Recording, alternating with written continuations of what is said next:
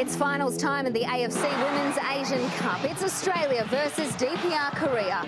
Can the Koreans take back-to-back titles, or will the Matildas' magnificent form see them crowned Asian champions for the first time in history?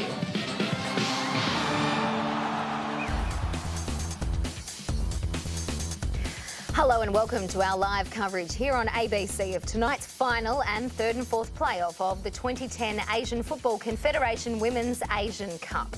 First up tonight, the big one, the final, a battle between Australia and DPR Korea for Asian supremacy. These two teams have automatically qualified for next year's Women's World Cup in Germany, and in tonight's other match we'll see a fight between Japan and host nation China for the third and final Asian Confederation team berth, remaining up for grabs for the 2011 World Cup. Joining me in our Melbourne studios to preview, review and comment on the games are former Socceroo Paul Ocon and the A-League's most capped player Matt Thompson. Great to have you back with us tonight. Should be two great games ahead. Let's chat about the final matchup we're about to see. The Aussies are ranked 12th in the world and 5th in Asia, up against a DPR Korea outfit ranked 1 in Asia and 5th in the world. Now, if you only had that information on hand, you'd be thinking Australia will have it tough tonight. But when you take into consideration the Aussies' form over this tournament and recent results against DPR Korea, Australia is a pretty good chance of taking out the tournament, Matt. Yeah, the girls have done brilliant this tournament. Obviously a hiccup a few days back against China, but obviously we didn't field our strongest side, and we've had some great results against DPR Korea with a draw and a win a couple of months back, so the girls will definitely be confident tonight.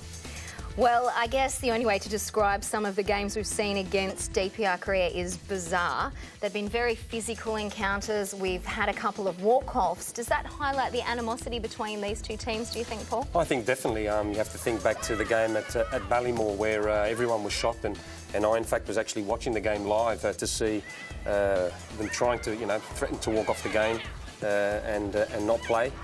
And over the years, there has been some really physical encounters, and I think it happened a couple of years also in Adelaide where they tried to do the same thing. So hopefully the girls will use that as motivation and take it into the game and probably give them back a little bit of their own medicine. Well, I should hope so. And as you said, there have been some really physical encounters. We've had extra time go on and obviously the couple of walk-offs. So it'll be interesting to see what happens tonight. Here we're going to take a look at some highlights of the match between Australia and Japan. Now, Paul, you were here in our studio with us for that match. What was your analysis of the performance? Look, I think we deserved it on effort and determination. We didn't play our best. I think we all realised that. But we were up against a Japan side that was in form, ranked number 1 in Asia at the moment. And we really had to defend, and we probably had a little bit of luck on the goal. The goalkeeper fumbled it twice, and Katie Gill's finish, as we'll see here, was, she took her goal brilliantly. And from there, I think we probably grew into the match in second half. The second half performance was actually not too bad, and at the end there, we really had to defend and work hard for the result. And I think we fully deserved, our place in the final. And of course, getting into the final means Australia has now qualified for the Women's World Cup next year. They have been described as lucky. Look, I guess when you win a semi-final and you go into a final, you need a certain amount of luck. And we dug deep. We showed determination, and you can't play beautiful football and not have that determination. They go hand in hand, and I don't think we had any luck at all. I think we deserved it. OK, well, let's have a look at the highlights of the other match between DPR Korea and China. Now, the coach of DPR Korea says he's brought in a very young side to this tournament. They're not at their peak fitness and they are quite inexperienced. So, Matt, do you think that was the case in this match against China? Oh, this game was a great game to watch. Both teams threw everything at one another, and I think it could have gone either way, but in the second half of extra time, it was a mistake by the China keeper that gave DPR the 1-0 win, and obviously to play Australia in the final. And it will be very hard, obviously, being China as well, knowing that they've got all that home crowd support. We've seen crowds of between 10 and 20,000 turning out to their games. But let's recap the results of the semi-finals. It was Australia versus Japan, 1-0 with a 45-minute goal to Katie Gill, and DPR Korea taking extra time to beat China 1-0. Now, in some late mail, we've just heard that Sarah Walsh is out for the match tonight. An accident at the hotel in which she's twisted her knee means Australia's now missing its two speedy forwards. That's some unwelcome changes for Tommy Samani to have to make. Yeah, he probably wouldn't want to have to make these changes going into such an important game, but I think all tournament, his selections, they've paid off, and they're missing Lisa Devan and now Sarah Walsh. It means that maybe he will change the way we play. But over the tournament, I think whoever's come in to replace players has always stepped up and done very well, and I hope that that's the same this evening. I hope so too. Well, it's time now to cross to the sidelines of Chengdu Sports Centre in China, where our commentators Peter Wilkins and Alicia Ferguson are standing by with a new look Australian coach Tom Samani. Thanks, Amy. A dismal night in Chengdu. Unfortunately, the worst of the tournament so far for the biggest game. Alicia Ferguson, that aside, the Australian team slightly reshaped with injury today. What's that going to mean? Look, they have been hit with a few injuries, particularly in the attacking side of things, but what they've done is change the formation to a 4-4-2, I think, just to shore up things in midfield and in defence, and I think also to give Katie Gill a little bit more support going forward. Probably got Kerr up front with her, and them working in tandem rather than her being an out-and-out striker is probably going to help the Matildas break down the North Korean defence. And what about the weather? Is that going to help anyone, or is that going to maybe stymie North Korea a little bit? No, I don't think the weather will play too much of a factor. I mean, these conditions are actually great to play in as a footballer. The field's probably deteriorated quite a lot, so I think that's probably going to play more of a part. Australian coach Tom Samani. Tom, huge game. The threat is DPR Korea. They've won it 3 times before. What do you anticipate from them today? Oh, very tough and difficult game. You know, they're a team that's technically very good, but they're also a team that's mentally and physically very tough and difficult to beat. And your side, with those changes that Alicia was talking about, you've got confidence that's the format? I think so. You know, we've lost Sarah Walsh, Lisa Devan and Tamika Butt. You know, arguably our 3 most comfortable and dynamic wide players. So we had to shuffle the system a little bit to suit our other players. But we played 4-4-2 quite often before. And the players are comfortable in that situation. Good luck tonight. Australia versus DPR Korea, a match to savour, if not the weather.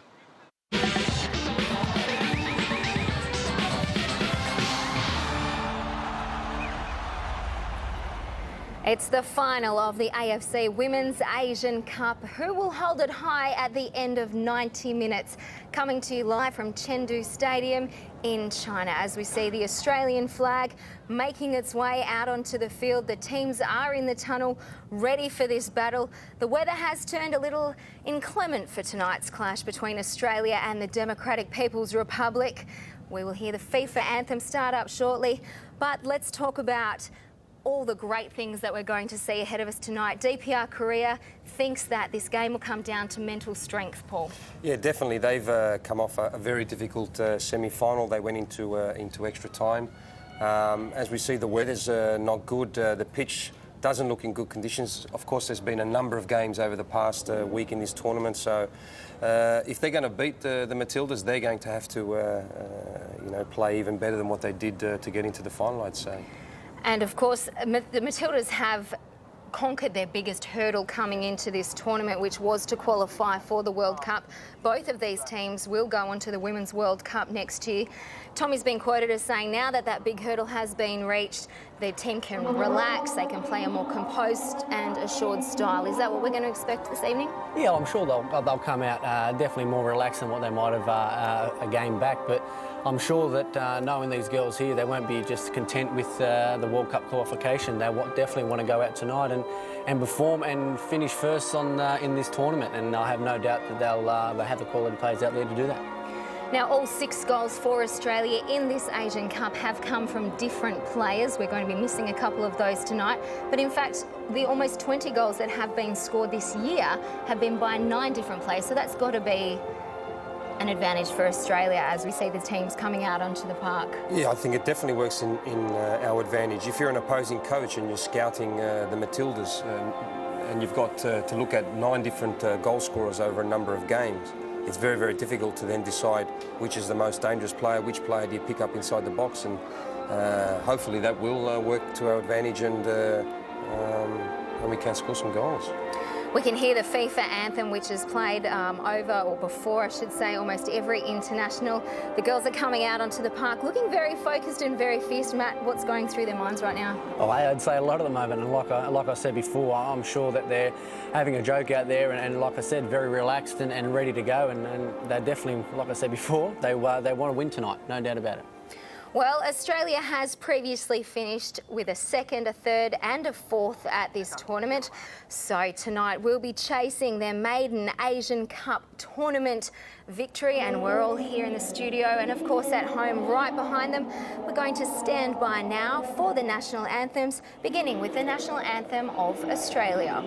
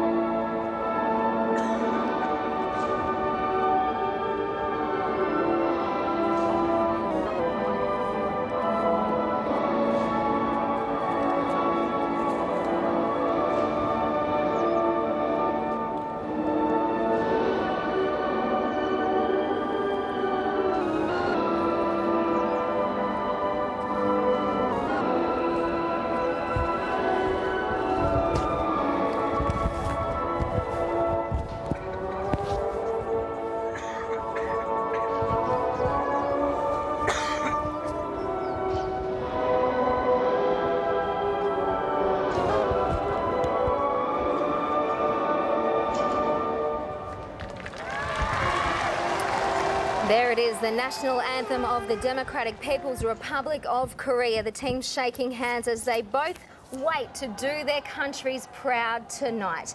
DPR Korea has won 3 from the last 4 tournaments, but did come up a tough game against China, needing extra time to get into the final. Let's take a look at the team sheets now. We have Barbieri in goals, Colthorpe, Uzunla, Carroll and Kellard Knight making up the defensive line, Polkinghorne, Shippard, McCallum and Garriock across the middle, and Sam Kerr and Kate Gill up front. Obviously with Sarah Walsh, Devana and Tamika Butt out, there's been a bit of change in formation. Yeah, it looks like Tommy's going to play a 4-4-2.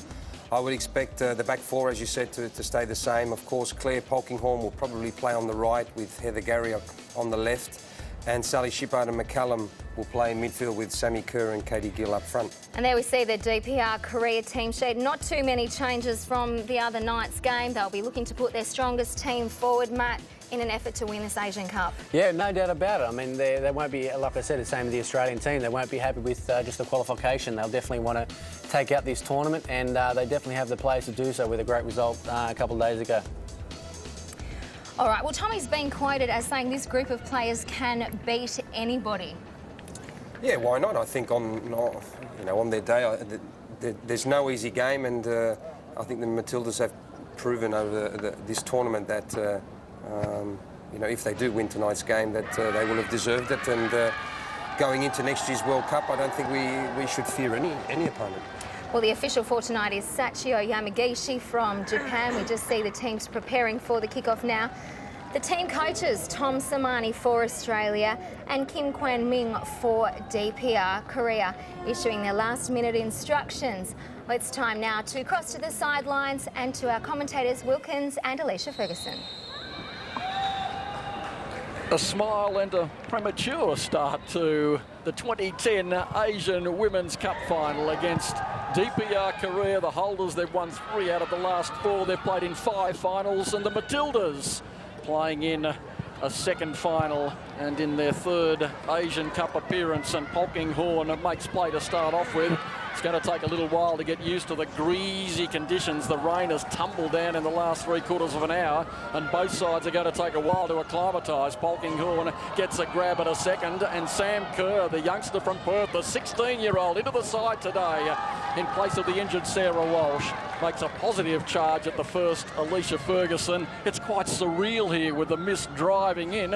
If it gets any thicker, we'll be struggling to see the team as the night progresses, but on the big screen it doesn't quite accentuate the fact. The visibility in Chengdu all day has been quite poor, and it actually seems to be getting worse as the day goes on here. But great to see the Matildas in another Asian Cup final. Would be even better to see them win it. And Colette McCallum, who scored a brilliant goal against Canada in the World Cup in 2007, right on this ground. In fact, with a couple of injuries, there are only 5 players making their return from that match, but I'm sure there'd be some positive vibrations going around the ground.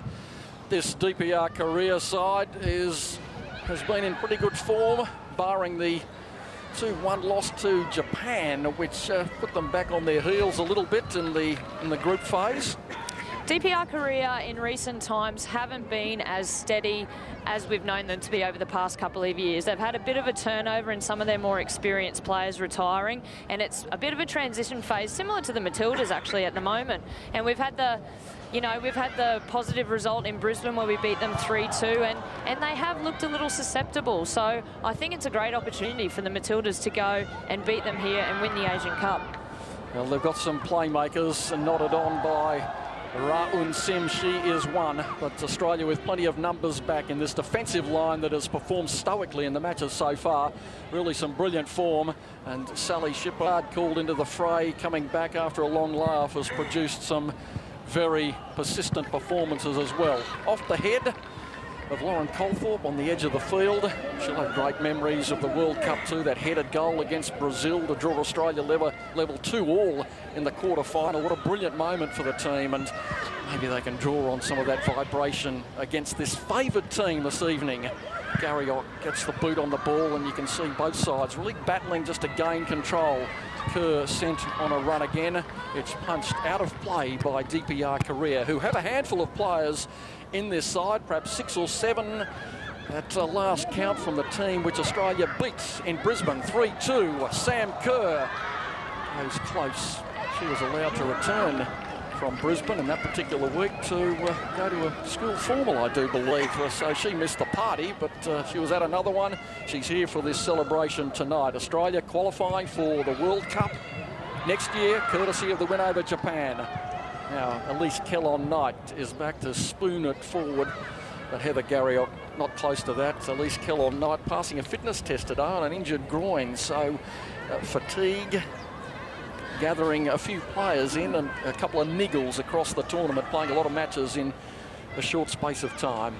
The Matildas have had a few injuries and quite serious injuries, unfortunately, in the last couple of games, and have taken a few niggles into this game, but I think with the players we've got and the depth we've got, that we can really trouble North Korea. Well, almost in behind, but as you can see, the ball skating off the turf, leaving no time for Kim Chung-sim, the 19-year-old, to skate after the ball.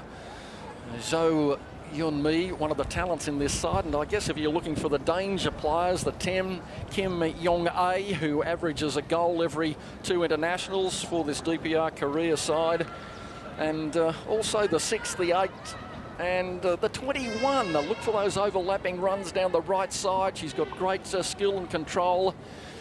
They have got some playmakers. Are the conditions going to stymie them this evening? The conditions are quite difficult, not in the sense that it's quite warm out on the pitch, but the pitch deterioration over the period of this tournament has been quite high, and you can even see from some vision that the ball's bobbling up. It's going to be difficult to get it down and play, and I think that's another reason why Tommy's decided to go with a 4-4-2, a few more bodies in midfield and a little bit more support for Katie Gill up front there.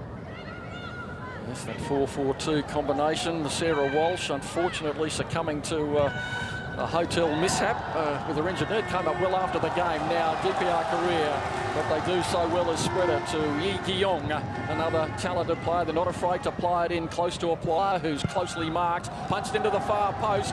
Kellon Knight, I'm not quite sure she knew the player was behind her, and she escapes only just.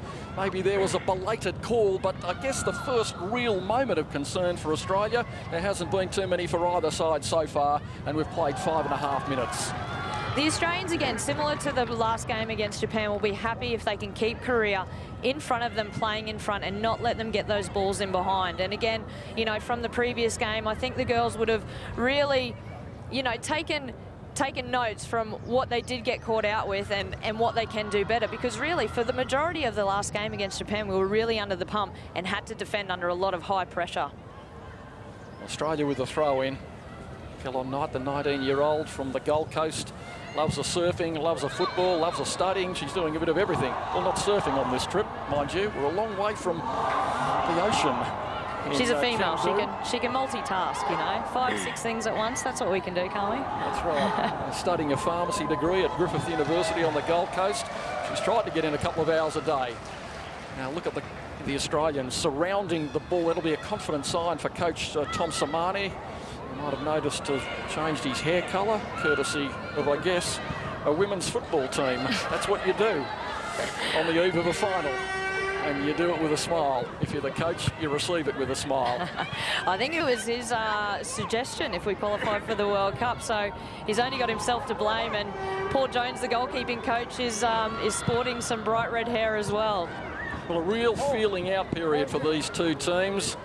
The DPR Korean team with 3 victories. They were the under-20 champions of the world back in 2006, which was just a tremendous achievement for the nation and forcing great messages of congratulations.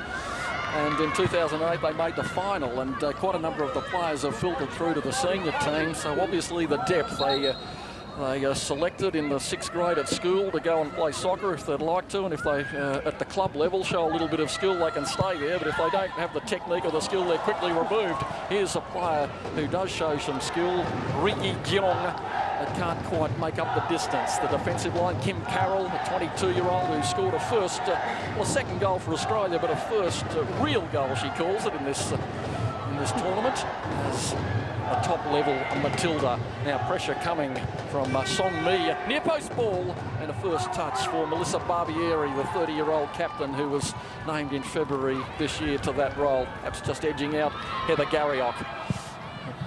You can see the lone duo down the front. They're going to have some concerns without support from the midfield, but with such a quick transition, you're not giving them too much time, are you? And now DPR Korea threading the ball through to the area. No one home, and across goes Sevet Uzenla. Ra Eun Sim does well to send the pass back. Chance for DPR Korea, although the numbers for Australia. And McCallum chases back to coolly take it away and play a beautiful ball. Onside is the call. Oh, you had a long think about that. Well, good transition by the Matildas there, and we saw that in reverse with Korea. That's where they're going to be really dangerous, catching us on the break here. Just tiny bit offside from Sam Kerr, but they're the type of areas that she gets into. She breaks wide and likes the ball in front of her to go and run at players, and that's where she'll be dangerous. So we've got the Ra Eun Sim, the number 6, marked down as a defender, but she looks anything but that in the program for these two sides. And DPR Korea looking venomous again. They just moving those angles through the middle of the park. Now it's a 2-on-3 Australia, and Sam Kerr releases the ball to Kate Gill. Now Garriock's made the run. She didn't see her. She has another look and pokes the ball. Almost through. A foot pokes out, and the challenge is made. And down goes Song Yong-jun, as though she was hit by a pole, by a piece of branch. good to see from the Matildas midfield. They're really pushing in and supporting the two strikers. Sally Shippard there got through a mountain of work in the previous game against Japan, and she'll be really important in this game to really take the pressure off Colette McCallum a little bit more in midfield, so Colette can get the ball, start pinging in players and getting us in behind the Korean defence. But promising signs from the Matildas. Now the 10 goes up, Kim Yong-a, and poked away by Sally Shippard. Grew up playing a football in Wagga, tough country down there. They breed AFL players, they breed rugby league players, they breed rugby players and women's footballers as well. And this is a truly Australian national team with a little bit of international flavour too. There's some Estonian blood, some Syrian blood, some Turkish blood. That's exactly what Australia is, isn't it though, Wilco? Multicultural, but at the end of the day, so much Aussie pride goes out in this team, and these girls will just really want to have a successful tournament and a successful finish to the tournament after doing so well and qualifying for the World Cup in Germany next year. Well, you can see the Australian plan already, just to try and squeeze them in the middle and send them to the edges and backing the pace to get them there. A little bit of an opening for Ra Un Sim. Plays it in tight to Yong-a. Yong-a releases it wide on the right, and the overlapping run comes from Song Jun. Near post ball, just wide, goal kick, well defended, good play all round. Best movement of the final so far. And that's where DPR Korea are dangerous. When they can get the ball into those wide positions, they had 3 or 4 players running into the box there. Looks like she's just taken a knock to the face, got in near post, but I think the Matildas defenders did well actually forcing her to go past the near post and make it difficult for her to get a header on goal. We can just see maybe a little boot to the face there. But just a little one. Well, it might have been Sally Shippard, so it's about a size 15, I think. So just a little one. Welcome around the nation to the Asian Cup final for women. Top 3 going through to the World Cup. Australia, the number 2 qualifier, and this DPR Korea team, courtesy of going to the final, the number 3 team, and 1 more to go through to the final from the 3rd and 4th placed playoffs. They're all congested in the middle of the park, and they don't want to lose this player. Yong-a, she's the one with the high strike rate on goal. She's poked one into there already in the tournament. I know, it was Kim Carroll, which, well, she's about a size 15 boot as well. See a little bit of blood just to the lip of Yong-a there, but I'm sure they'll fix her back up and she'll be on the park in no time. So the teams wait patiently, maybe a tooth loosened, but as she's off the field, it's play on, and Sam Kerr, the 16-year-old, sent on a little bit of a trek. And again, they get back and they're very composed in the midfield. Zhou Yun-mi. And the chase comes in from McCallum and almost brings reward. Out on the right, Yi Jiong into the centre, Ra Un Sim, and the release. Well, she might have needed the 10 to pilot the ball to. Oh, and almost through. There might still be a chance. Gill charges. The Swedish professional player, Kate Gill. She was trying to get to the ball quickly to send away Sam Kerr down the left, who's covering a lot of territory. She's been very bright so far, Sam Kerr, who scored her first goal for the senior Matildas in this tournament. It was a ricochet. She'd like one in more orthodox fashion. Gets Colthorpe on a little bit of a trek and robbed by Yun-mi. And onside, this looks to be the call, but Barbieri's got it covered. Ra Un Sim chasing hard, plenty of pace, and a dangerous customer is the 21-year-old. The Matildas' defence had that undercover there. I think the partnership of Kim Carroll and Savet Uzunlar is starting to work really well. Now just a little bit of space from Kim Kyun-hwa, who scored a brilliant goal to take DPR Korea into the final. Danger here, Yi Gi-yong, near post ball, no one in the vicinity. And again, Melissa Barbieri, who's kept beautifully so far in the tournament. That's a great release too. And wide open country in front of Garriock, the experienced veteran, 118 international, sends it away to Kerr. 2 in the middle, it's 2 on 5. They wait for some support, looking for the tall timber in the middle of the park. Kate Gill, who scored the decisive winner against Japan, and the ball goes away. Battling back again, almost robbed by Polkinghorn. Gill chases hard. and down in lonely country as far as DPR Korea are concerned. That might be a bright note for Australia as they find a little bit more possession through Garriock. Back to McCallum. McCallum strikes a beautiful ball at the feet of Gill, and she can't roll it into the path of Garriock. The build-up was quite cool. They get a chance to go again. Colthorpe pumps it in. Coming up towards 50 internationals for Lauren Colthorpe, the Novocastrian. Possession surrendered, so perhaps all the good work undone a fraction. Good little passage of play there from the Matildas, and we saw again Sam Kerr really enjoys drifting off the defensive shoulder out into wide positions where if she's on the right-hand side, she can maybe take them on down the line. If she's on the left-hand side, she can cut back inside and get balls into the box. And that allows Kate Gill just to have a little bit more freedom to stay in the box for any of those balls that get in there. And again, good follow-up work from Colette McCallum and Heather Garriock. Song Mi with errant ball. She gets a chance to make amends, feeding it forward to Zo Yun Mi, and again the long wide spread. Kellon Knight comes in decisively to pinch the ball. Sam Kerr gets an early release, and again to Garriock. In the middle is Gill, and the ball's not again going to get through to Cho Yong Sim is the one, or Chae Yong Sim I think is the pronunciation. Heads away. Gill turns, folds it back into the path of McCallum, and they're queuing up on the edge of the box, Australia. Shippard, the release to Colthorpe. Gill is in the centre with Garriock. It's a ball in tights, but the keeper, Hong Wong Hui, takes it comfortably. Again, the Matildas' build-up play in there was nice and composed, and when we got the ball into that wide area to Lauren Colthorpe, we had 3 or 4 players in the box ready to pounce on it. Kate Gill was calling for the ball far post, and I agree, probably the way to go in this type of situation, just ghosting in at the far post and maybe being able to use her height to either have a header on goal or even knock it back across goal for someone like Sam Kerr or Heather Garriock in that case coming onto it for a possible tap-in. So that's Uzunla and Carroll. They've been brilliant in the central defensive role, and Kim Carroll just hustled a little bit. A good ball in the end, kept in well by Polkinghorne, and now to Gill. Sam Kerr was in the mix again. She's come all the way from the left side, so that enables Garriock to find a bit of room. The number 7. Back to Elise Kellon Knights. Looking for the near post run was Kate Gill. It still might come to Australia. Polkinghorne. Ooh. If it just bounces free, there might be a moment of joy here and there. And the 3-2 victory up in Brisbane at Ballymore, home of rugby earlier this year. 3 strikes, the first from Sarah Walsh, the second from a penalty.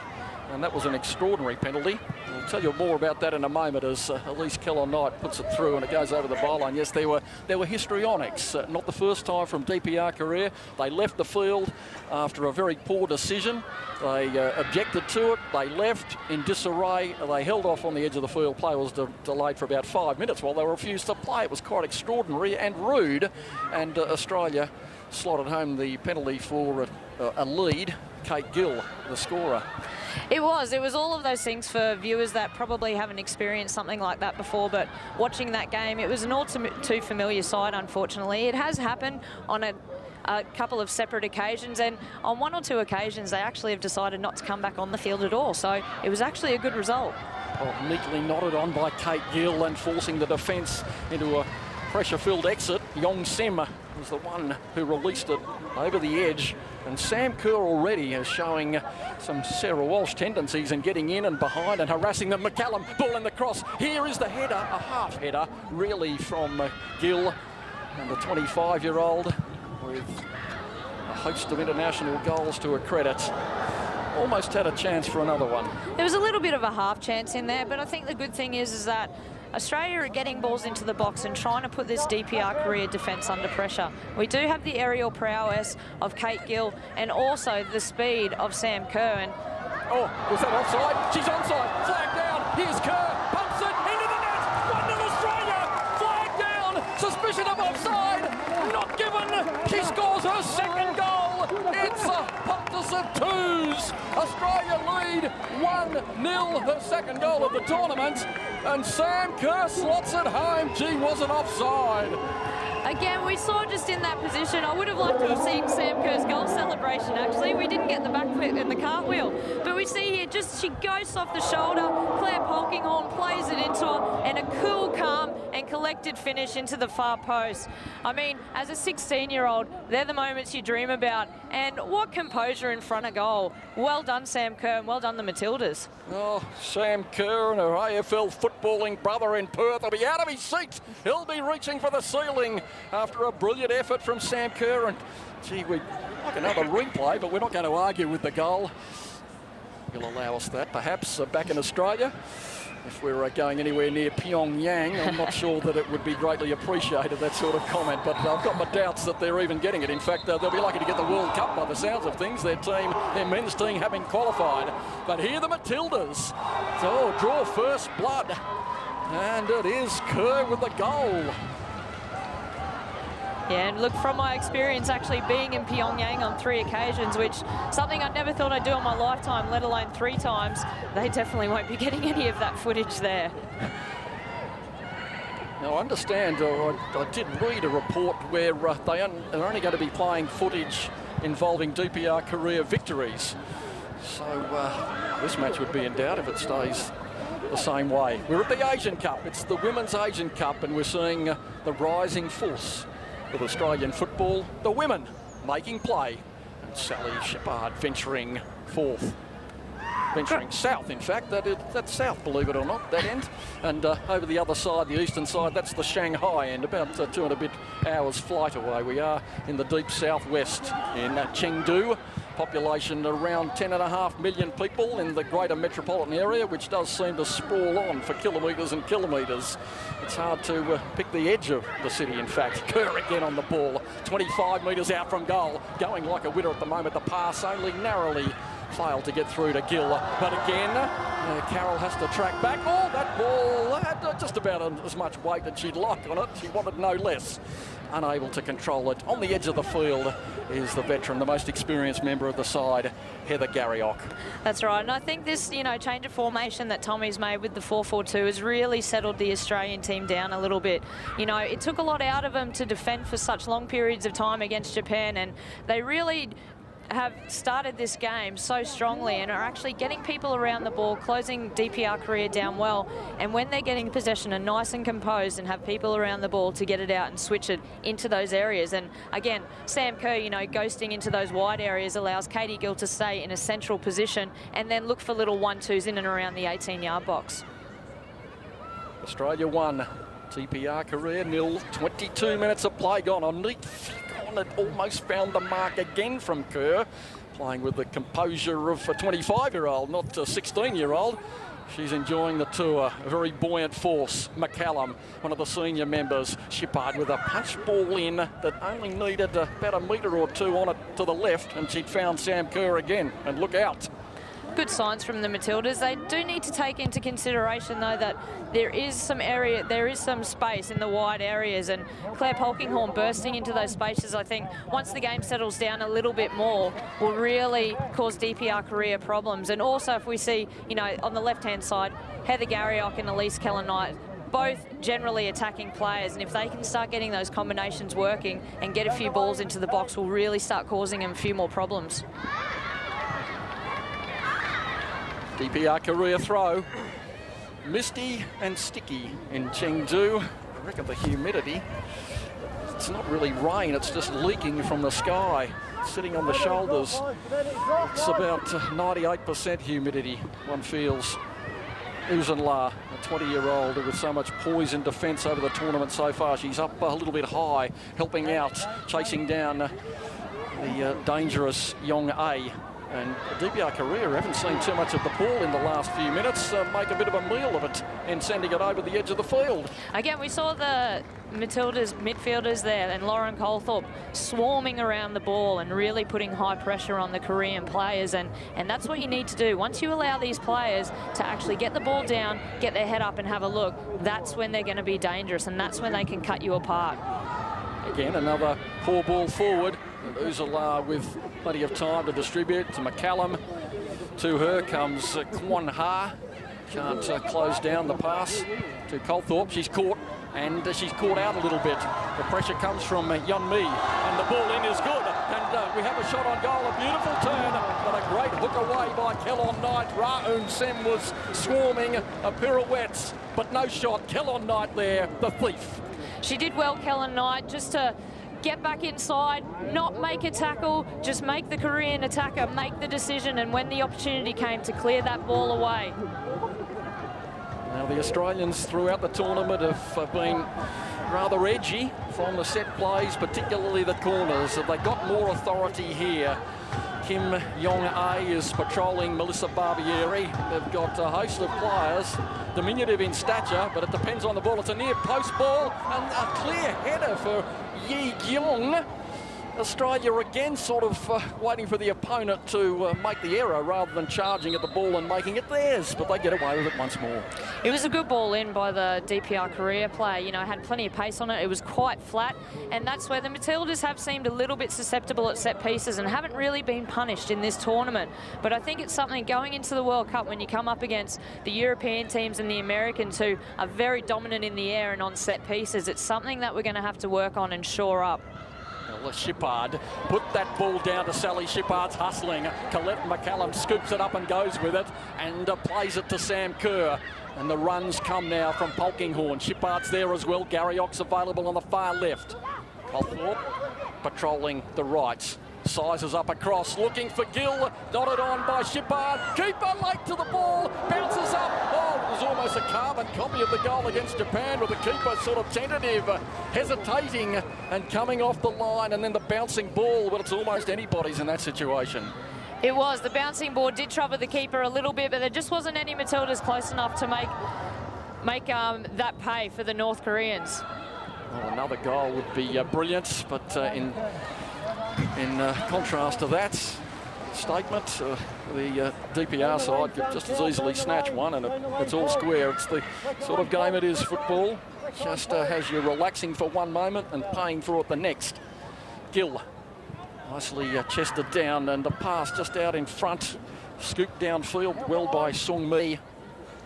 And Colthorpe with a cool ball to McCallum. Again, you can see it just bouncing irrationally off the turf, and that's going to be unfortunate for many players today. Yi Gyong on the ball, looking for her captain in the centre, plays it square, and DPR Korea at their most threatening when they've got numbers on the edge of the box and they're playing little sharp angles and making runs. Ball poked forward. Again, good pressure from Australia, preventing any incursion from King Chung Sim. It was a tough ball into Colette McCallum from Lauren Colthorpe. She just needed to take a little bit of pace off it, particularly with this pitch in the condition that it is. It's very bobbly, it's quite muddy, the ball's bouncing up near your knees, near your chest, and again, but the Matildas, their recovery and defence has been very, very good. They continue to get numbers around the ball and put pressure on DPR Korea and don't let them get in behind them. DPR Korea, three-time champions. Colthorpe heading the ball. Doesn't go quite where she wanted it to, but Polkinghorne is getting through again. A power of work in the middle of the park. So Shippard and Polkinghorne and Garriock covering plenty of ground and doing those hard metres for Australia and making the side look very well shaped. Might need to work again. McCallum. Square ball. Goes to Yeonmi from Kwon Ha. And they push it out into the right. This plays a danger one. Jong Sun. There's no room to move, but she's not afraid to take on the defence. To Yeonmi. And they're forced to retreat. So again, more confidence building from the Australians. Garriock. Moment of concern. Kellon Knight, elusive. A ball crossed in behind the attackers and thundered away from the centre of defence, or the edge of the defence, by Lauren Colthorpe. And they go again. A short ball in. And just a couple of moments of worry for Australia.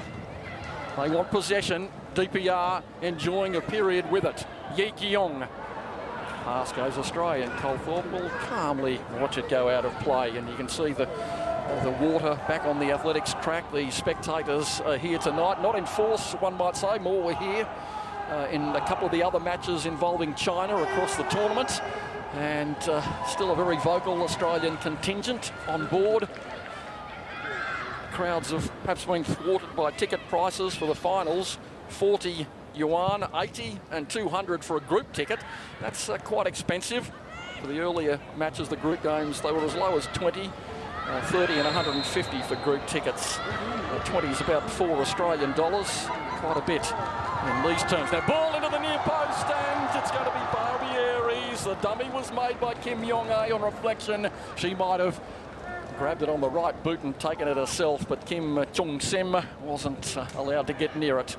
Lauren Colthorpe did well just covering that back post area there, but again, because the Matildas' defensive setup is quite good at the moment, they've got the 4 at the back, the 4 in the midfield, it is making it difficult for the Koreans to actually play, and while they are switching play and keeping the ball in front of us, they're not going to cause us too many problems. It's just important that the girls don't dive in when the players are playing 1-2 passes in and around the 18-yard box.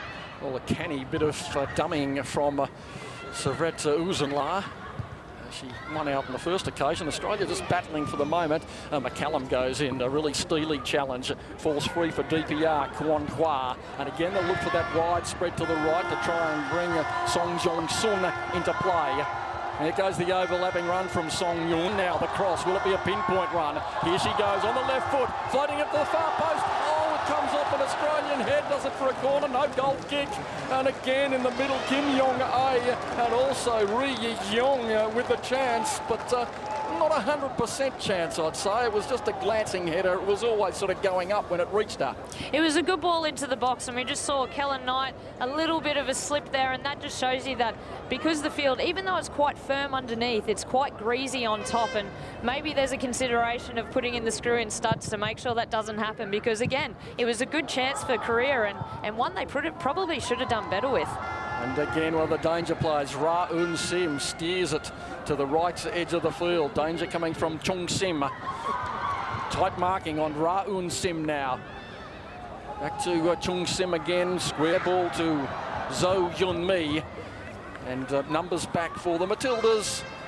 Well back by Katie Gill there, and the Matildas are just under a little bit of pressure here. DPR Korea are getting a little bit more possession, but I mean, they've been in this situation before and probably under more pressure and in more intense circumstances. So if they can just hold out until half-time, I think they'll be very happy going in with a 1-0 lead. Long ball from McCallum, looking for the chaser in the young legs of Sam Kerr, but no joy. Coming up to the 32-minute mark in Chengdu, Southwestern Asia. Good to have your company across Australia. ABC Television bringing you women's football at its finest. The number 5 ranked team in the world, DPR Korea, and number 1 in Asia, up against the number 14 ranked team in the world, Australia, number 5 in Asia. The ranking will go up after this tournament, no doubt, in the wide world. Barking instructions. Sally Shippard, an absolute dynamo, the 22-year-old, will run till the end of the day and further still. She'll put on the Forrest Gump shoes and just keep on going as the notes come out. Here we go, the new Australian coach, Tom Samani, no moustache and his hair done. Mystery man. That's right. Gill pressed, robbed, but still chasing. Now, a little bit of a leap, and well done from Colthorpe. Into the middle, they look for the wide release.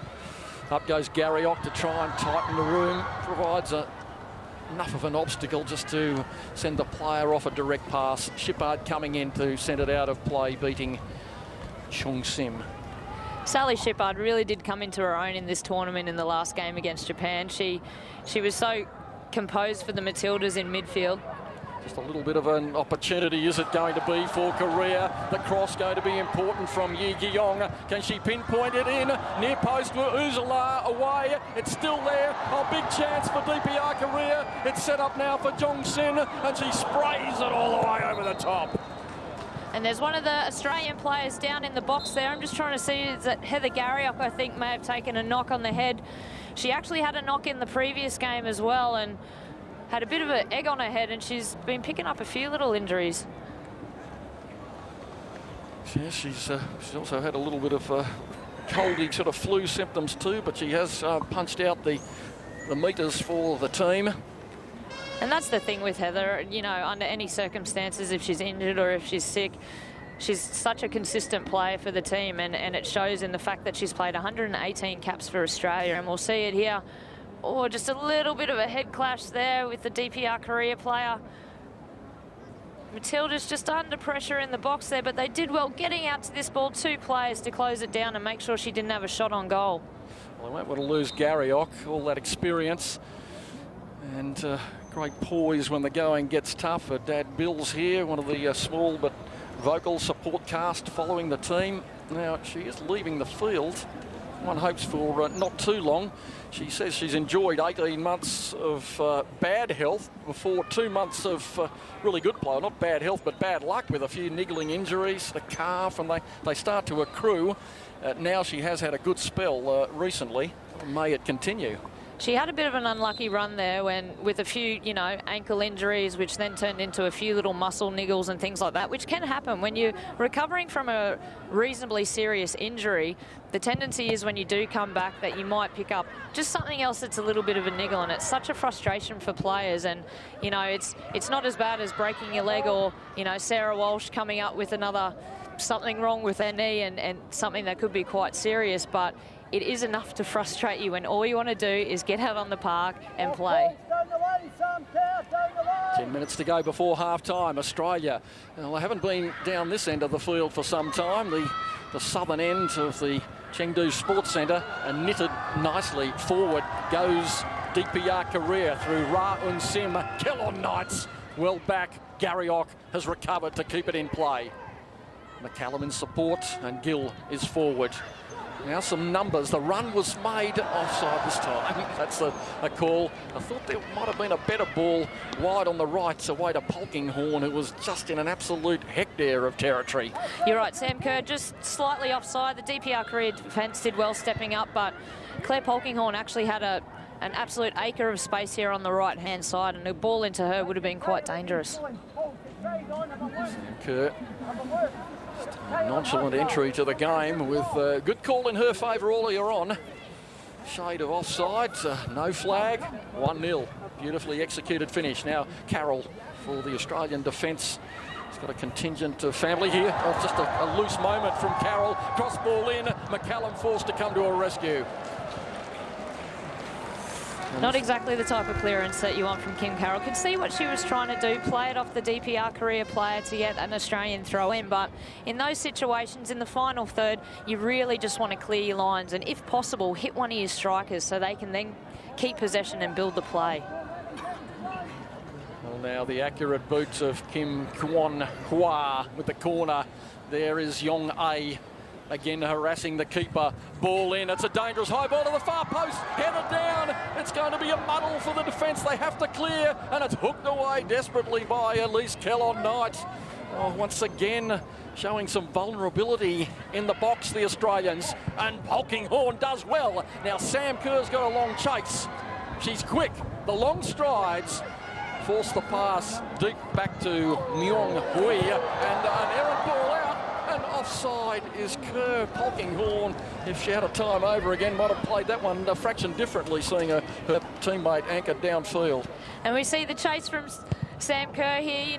A lot of these Asian keepers are a little bit susceptible when the ball's at their feet, and Claire Polkinghorne probably could have just taken a touch there and taken the ball on, but was she going for goal? I think so. In her defence, I think she was trying to chip the keeper. She was. Got off balance. Yeah, she was going at such a pace as well. And well done from the 21-year-old. Again, loose room for Yi Gyong. Gee, offside. Not so sure about that particular decision, but we'll go with it. Back in Australia. And just slightly. We'll get the millimetre ruler out. I'll tell you what. There wasn't much in it, but we'll take that.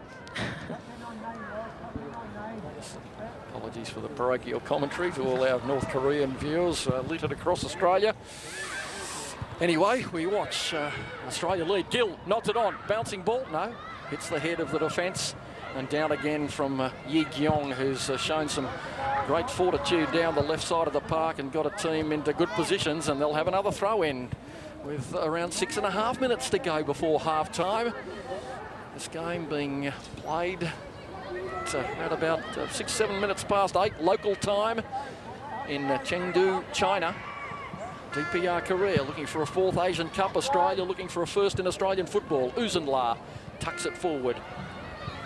And Kerr come up with it once again. Stood on by Sung Mi. Kerr comes back to lend some assistance. Ball in tight to Eun Sim. They're working it around. Australia want the ball. Kwon Ha as they again release it to that dangerous right side. In on the near post is Ra Eun Sim. It comes back indeed to Jong Sun.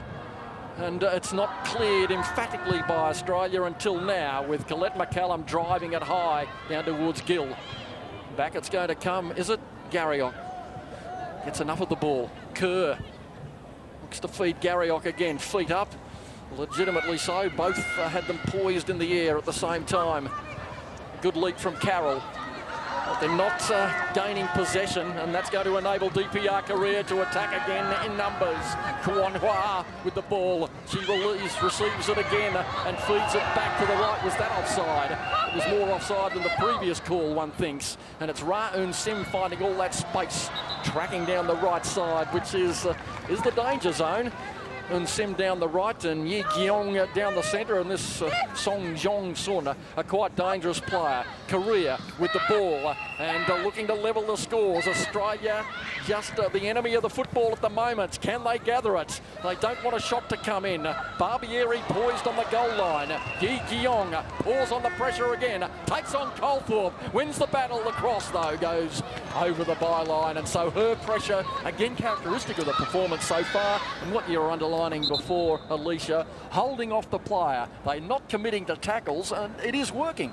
It's an important part of defending, and if you see some of the best defenders in the world, Fabio Cannavaro, the Italian captain, you know, he went through a whole World Cup and he hardly even tackled anyone. All he would do is actually shepherd the players and the strikers away from goal and make them make the decision. And that's what the Matildas are doing quite well at the moment. They are absorbing a little bit of pressure, but they are looking comfortable and still holding their lines. Now what they need to do is convert that pressure once they win the ball back into an attack and start keeping possession, because we're going back to the playing it up and then giving it straight back to DPR Kerr. Nodded on well by Gill, and Polkinghorn tries to earn a free kick. So can't quite get the better of her opponent. Throw in DPR Kerr, and time ticking away towards half-time. It'd be a composed Australian team that could get to the break with a 1-0 lead. They've had a few loose moments. Sam Kerr, oh, little cheeky chip over her shoulder. 3 pressing, and Kerr in with the ball. Some snapping feet from McCallum. The delivery not great, but almost ricocheted fortuitously for DPR Kerr off the leg of Servette Uzenla as the camera gets a whack. Throw in, DPR Kerr. Both teams have pretty similar records in the tournament so far. DPR Kerr with 7 goals and 2 conceded. Australia with 6 goals and 2 conceded. And the game is panning out pretty much exactly as that statistical form book reads. Nothing in it. DPR Kerr enjoying the better of the latter part of this first half. Can they snaffle a goal? Uzenla will cover it and shepherd it, and a goal kick will be the result. So more vital minutes eke away in the first half. Can Australia win a first Asian Cup? A long time to go. In their one previous final back in 2006, they led 2-0 and lost 4-2 on penalties, so it was 2-2. Alicia Ferguson, you've got some rather ordinary memories of that game, even though you did manage to slot a penalty. 1 of 2 scored for Australia, but a couple were missed, and that was the problem. Well nodded on. Here goes Sam Kerr again. Oh, she might get another go. She tripped over feet rather than being brought down, but I guess she couldn't believe her luck in daylight once more after that good play from Kate Gill. McCallum slides in. Shippard, a beautiful ball forward. What a turn from Gill. Gill with a shot. Oh, it's a blindingly good one, but just over the bar. From range too. She was 32 metres out from goal. Confidence to burn. And nice little turn here from Kate Gill. She's got past the player, and you know, any striker in her situation and in the form that she's in at the moment had every right to have a shot on goal there. Didn't quite get it on target, but again, she's in some great form and playing some really good football. It's the two ponytailed attackers. Oh, nicely kept in by Sam Kerr, very athletic, and it should be a free kick. Polkinghorne was through and caught by the leg of an opposition player. And isn't Claire Polkinghorne having an absolute blinder today? One of the absolute stalwarts of this side, playing in her 36th international today. She scored 2 goals, a 21-year-old from the Brisbane Roar. Mum Britta and Dad Tony would be proudly watching the contribution of their daughter tonight. It's been splendid, as it was in the last game. She was one of the players of the game against Japan. Here's Shippard, neat turn, skates away, onside, flag stays down. Sam Kerr won't give it up, gives away a free kick against Yun Song Mi. Right idea from Sally Shippard in there, though. She just got in between the two defensive lines, the midfielders and the defenders, just trying to slip that ball down the line to Sam Kerr, and unfortunately she conceded the foul. And free kick, that's a yellow card. Surely the card's got to come out. It was a solid challenge in the back. A nasty one. I think that's the right decision from the referee. There was no chance whatsoever that she was going to get the ball, and she was really just trying to collect the player in that instance. And this could be a great opportunity for Australia with Colette McCallum over the ball. A good delivery into the box, and we see here Sam Kerr just, nice one into the back. Just a nice little good morning. Now Servette and Colette McCallum might be looking for there's a lot going on in these defensive lines. 2 extra minutes in the first half. McCallum goes near post, looks at the far post, keeper comes out, just gets it too. 2 Matildas go flying through the air. Sam Kerr was one of them. And so too Lauren Colthorpe, who was trying to relive that goal against Brazil. Oh, she had a deja vu sense, did she? It was very similar to the goal against Brazil. Unfortunately, she didn't get her head on it this time, and Australia just conceded the free kick against the goalkeeper. But a dangerous ball into the box by Colette McCallum. You know, that far post ball with so many bodies in and around there. You don't know what's going to happen, and that's how Australia got joy against Japan. Ball bouncing in and around the box and just having bodies in there. Kellon Knight in the 50-50 contest. Does she win a throw? Yes, she does. Well done from Elise Kellon Knight. Carroll. Long ball, she got everything of that. Beautiful booming kick downfield towards halfway, and Australia's going to get another throw. So we're just 1 minute and 30 seconds to go before the adjournment. And a little bit of a breather, and DPR Kerr with it all to do. They have got in behind. They've had a couple of chances, aerial chances yet again for Australia. If they can sort of restrict the number of corners, the Matildas, they might have a better chance of taking the whole game. Ball hooked into the middle, and Gill with a turn. Well, gee, I'm not so sure about the offside call. She may have just stepped up from an offside position back in to get in front of that defender there. It was a close call, though, and there's been a lot of those in this game. Yeah, I'll go with you, Alicia. Yong A, well, she was definitely offside. Rowe and Sim about a metre or so. So both teams are playing the trap effectively, and that should be time. 47 minutes on the clock. What's the referee thinking? The Japanese referee. And the Australians have had Ms. Yamagishi in 2 matches. This is the 3rd so far for the Japanese referee. Seems like quite a rarity, to be honest, having a referee that many times in a tournament, but she's obviously proven her worth and got the whistle for the final. The whistle goes into the mouth, and half-time is the results. And Australia lead at the break. Melissa Barbieri, the captain, she hasn't had a save to make in reality, even though there has been some danger in front of her. And Heather Garriock, who has a French boyfriend, Mathieu, in the French military. She met in Dubai. I'm not sure he'd be getting a direct feed of this coverage, but he might get the replay. Australia are leading. Alicia Ferguson, a quick thought before we head back to the studio. The Matildas are doing well just to absorb the DPR Korea pressure, and then going into the second half, they just need to maintain that and keep them playing in front and not let them get in behind and allow Sam Kerr that space to try and take on those defenders. At half-time at the Chengdu Sports Centre, Australia 1, leading DPR Korea 0.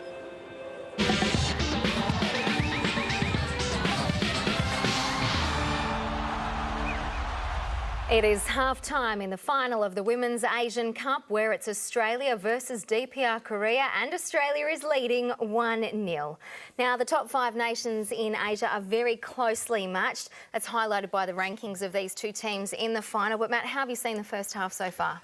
Well, obviously it's a great position to be in, up 1-0 at half-time. I think after the goal, I think the girls sort of lacked a bit of patience and structure, I guess, after the goal. And DPR Korea definitely put on a lot of pressure on the girls. I think that they got out wide early. They put some great crosses in, definitely troubled us in the box. They got numbers in there, and to come in at half-time at 1-0, it's obviously a great position to be in. It's a pretty pleasing result so far. Australia playing some beautiful passages of play, pushing up front, building up well, and getting good numbers in the box, Paul. Yeah, I think this 4-4-2 system tonight's probably worked in our favour. You know, Katie Gill's not as isolated as she has been during the tournament, with Sam Kerr, who has, I think, done a great job in the first half. Although she's probably run offside a few times, where if she probably holds her line a little bit, she's a little bit more patient in her run, she probably could have maybe got in front of the keeper like she did when she scored the goal. But the two girls in midfield, Collett McCallum and Sally Shippard, they've been outstanding. They've really, once we've lost the ball, got back quickly and organised the other midfielders around, and we've really been hard to break down. And I think you know, we've limited their chances in the first half. I agree, and I think the 4-4-2 formation works really well for Australia, allowing passages outside the forwards for the overlapping midfielders such as Garriock and Polkinghorne. So I think it's suiting us better than the 1-3-4, the 4-3-2-1 that we've been playing. So. In saying that, though, let's talk about a couple of the players. Katie Gill's been a little bit quiet in this game. We did see her pick up that goal in the 45th minute of the game against Japan. She's, as you said, she's not as isolated up front, but we did see her have a cracking shot just before half-time. Yeah, we did, and probably I would say that DPR Korea, the coach would know her strengths, and she's probably being marked quite tight. But one thing I must say that with the 4-4-2 system, we're getting more numbers in and around the box, which is probably helping our chances to be more dangerous. And you know, given an opportunity like she did where she turned, if that had got, been a little bit under the bar, it probably would have snuck in. We look at the DPR Korea team, Matt, and they're technically very, very good on the ball. Yeah, they are. I mean, they all are very comfortable on the ball and know which side to play the ball, and they're finding it very hard for the Aussie girls to get that foot in. So they're definitely in that last 15-20 minutes, they were keeping the ball brilliantly. But I think the longer the game goes, if it stays 1-0, they'll definitely frustrate the DPR Koreans. I think that's what they're trying to do at the moment. They've had a bit of success, but like I said, it's still 1-0 to the Australians, and if they can keep that tight at the back there and frustrate them, they'll go a long way to winning it. OK, well, let's take a look at some of the highlights from the first half. Australia coming out very strongly in this first half. There is a couple of clear weaknesses in the Australian game, and for us it's set pieces, things like corners and free kicks, but we've also seen them a little bit shaky on a few crosses.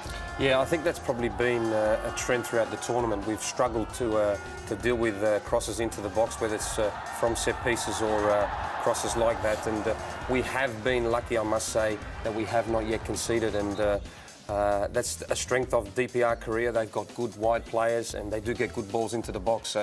In the second half, we're going to have to concentrate, because if they do continue to have more possession than us and they get into these wide areas, they really could cause us some danger. We see Korea pushing up very high in defence, which is allowing the Australians to get in behind. And there was another nice run by Sam Kerr. She peels off the defender beautifully. She does, and she did that exceptionally well for her goal. She just probably needs to be a little bit more patient, because with the ground being quite bumpy at times, the midfielders, when they've looked up on a better pitch, they'd probably be able to play the ball a little bit earlier. But when it's bouncing, they probably want to take an extra touch. And with her running a little bit in anticipation, she's managed to run into an offside position on a few occasions. We just saw that cross go in there. It probably could have gone on a couple of occasions. The through ball needs to go a little bit deeper or further to the far post for the Aussies. Yeah, it's always difficult when you're knocking balls in from such a wide area. And there we see her goal.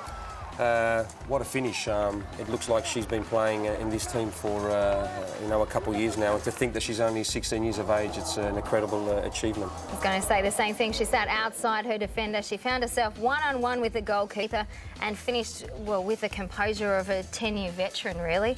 So we saw Garriok go down in a head clash, which I'm sure we'll see some vision of shortly. She came back on the field, but it would be a scary thought to think that you were losing one of your most experienced players. Yeah, Heather's been around for a long time, and I'm sure the girls will definitely want to have her out there, but it was great to see Heather come back on there. But I have no doubt that Tommy Simani will definitely want a lot more from Heather and Polkinghorne out wide. We need to obviously do what they're doing to us and get out wide and put some dangerous balls in the box. So I hope to see that in the second half. OK, well, let's take a look at the centre of defence for Australia. We've got a 20-year-old in Savette Uzenla. In just her 13th international appearance, was absolutely sensational in the last game against Japan, and you've got a 23-year-old next to her. Amazing. Yeah, amazing to think that Savette's only played 13 games. It looks like she's played, not only tonight, but throughout the whole tournament, that she's played 130 games. And winning sides, I think, are built on a solid defence, and those two girls in the middle have formed a magnificent partnership and have really been the rock, the backbone of the team, of which I think Tommy's built this team in the Asian Cup. As that head clash with Heather Garrick we were talking about earlier, she did get a knock on the head against Japan as well, and had quite a lump sticking out as well. Now, look, the Korean coach brought a very young squad into this tournament in the hope to continue the team's dominance into the future. He thinks that although recently he's had a draw with Australia and then a loss to Australia, that he still has the team to beat Australia. Things aren't going their way right now, though. No, but, you can see by the first half that they are a very good side. They play the ball well, they hold the ball, they're all sort of confident of each other, they're a real technical side. And I think in the second half, they're going to have just as much possession as what they had in the first half. So it's going to be a tough 45 minutes. I think it's going to be a long 45 minutes, but I'm quite confident that the girls can hold out. Now, Matt, if you were Tom Simani, what would you be changing? Anything? No, nothing. Obviously, we know what they're trying to do. Obviously, that we need to stop them getting early balls in, because that's what's causing us trouble. Paul touched on it earlier that Shippard and McCallum are actually being very compact in the middle and forcing them out wide. So I'm guessing that's what they wanted to do. But like I said, if they can limit those balls in the box and support the front two in Gill and Kerr earlier on, I think we might be able to snatch a second. Well, just some quick stats for you. Shots on goal is 4-1 to Australia. Offsides 4-2. We've just seen the one yellow card. The ref's keeping in control of this game, and so she probably needs to, with the history between these two teams. We don't probably on the bench have the impact of the subs like Devana and like Walsh with their speed against tired legs. So as this game goes on, knowing that Korea has played extra time against the Chinese just a couple of days ago, we'd expect them to tire a little bit, although not give anything away. Do you think we have the subs to put on fresh legs there and make a change? Yeah, I think we do. I think definitely we'll see some fresh legs in the second half. The pitch looks quite heavy, and it's a fifth game in a short turnaround. So I think Tommy will have to go to his bench as the game goes further. And throughout the whole tournament, as I said earlier in the program, whoever has been called upon has come on and done a good job, and I'm sure that he will have full confidence whenever he feels he needs to make a substitution. Well, he prides himself on the depth of his squad. It is time now for kick-off in the second half. The half-time score, Australia leading DPR Korea 1-0. It's now over to Peter Wilkins and Alicia Ferguson.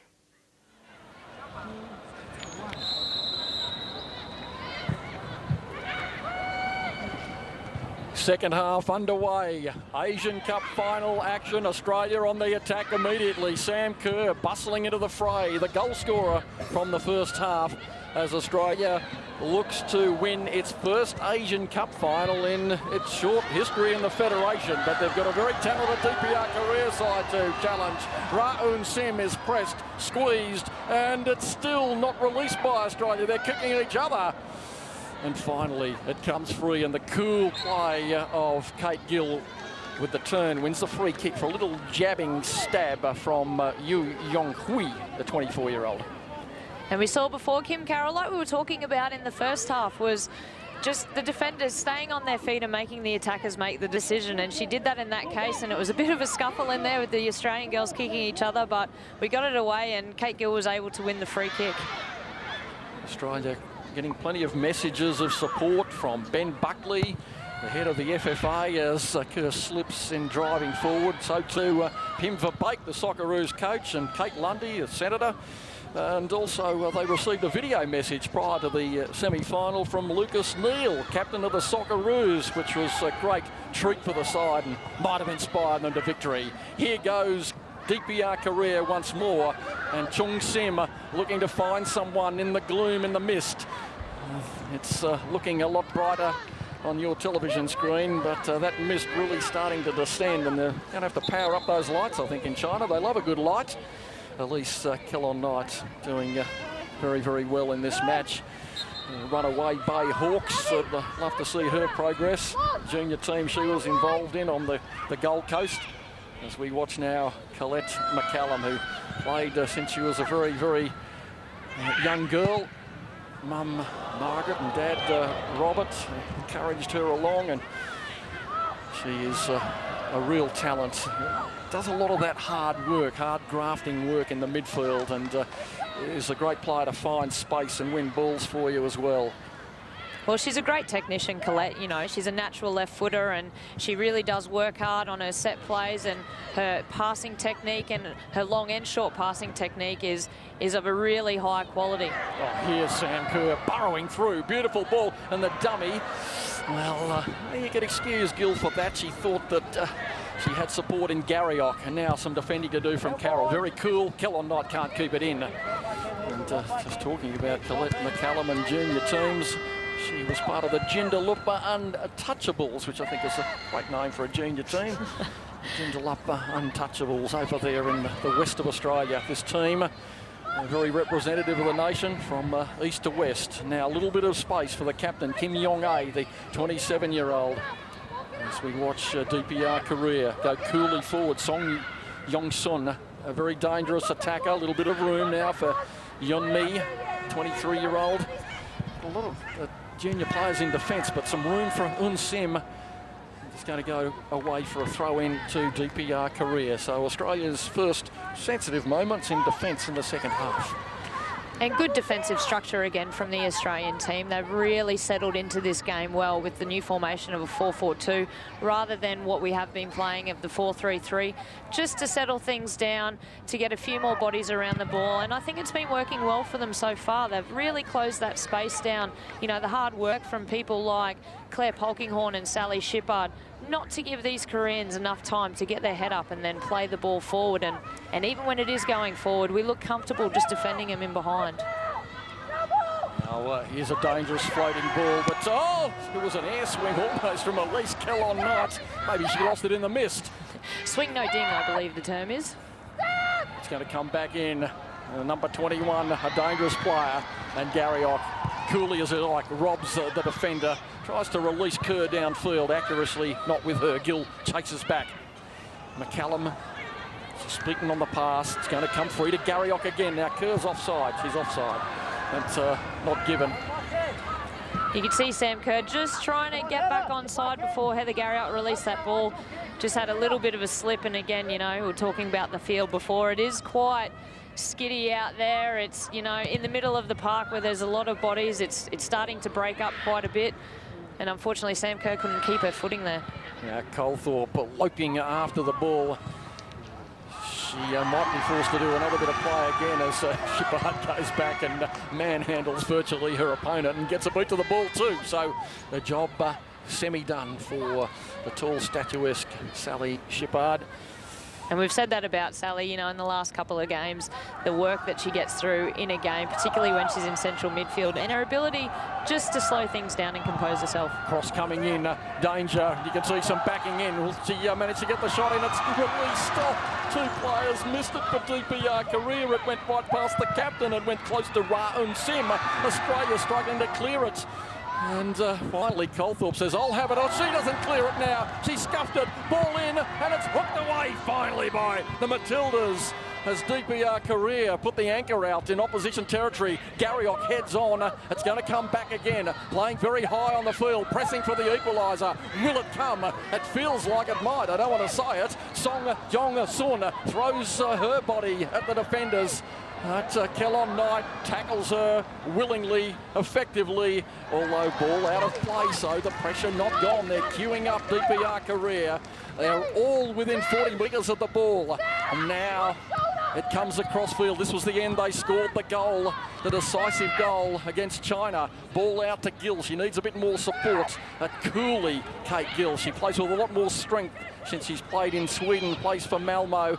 She's also studying psychology at university online. She's going to have to look again at her teammates to close down DPR Kerr as McCallum comes to hold off the player. Again, that holding pattern. Kellon Knight. Oh, good ball thundered in. Headed away by Carroll. Only goes as far as Yu Yong-kui. And in a similar position the other night, she scored. It did come out and the keeper wasn't home. But she had a flashback too and drove it with power. Again, we can see the Matildas just not able to clear their lines. Every time they've tried to play that ball out of the defence, it's come straight back at them and they're under pressure again. And that's where we really need to keep possession of the ball and release ourselves from that pressure. When you don't clear your lines again, then they're just coming straight back at you. And sometimes that's when you lose your shape and little gaps start to open up. Kim Kwon-hwa with the shot over the top, and it's a replacement coming onto the field. The number 14, Yun Hyun-hee, and a vital replacement. So there must have been an injury for the captain. That was who left the field, I believe, Alicia. And we watch now as the ball is again with Kim Kwon-hwa. And wide it goes to Kim Chung-sim. And threatening again, DPR Kerr. They're getting some numbers forward. Australia have 7 behind the ball currently. And no way through for Song Jong-sun.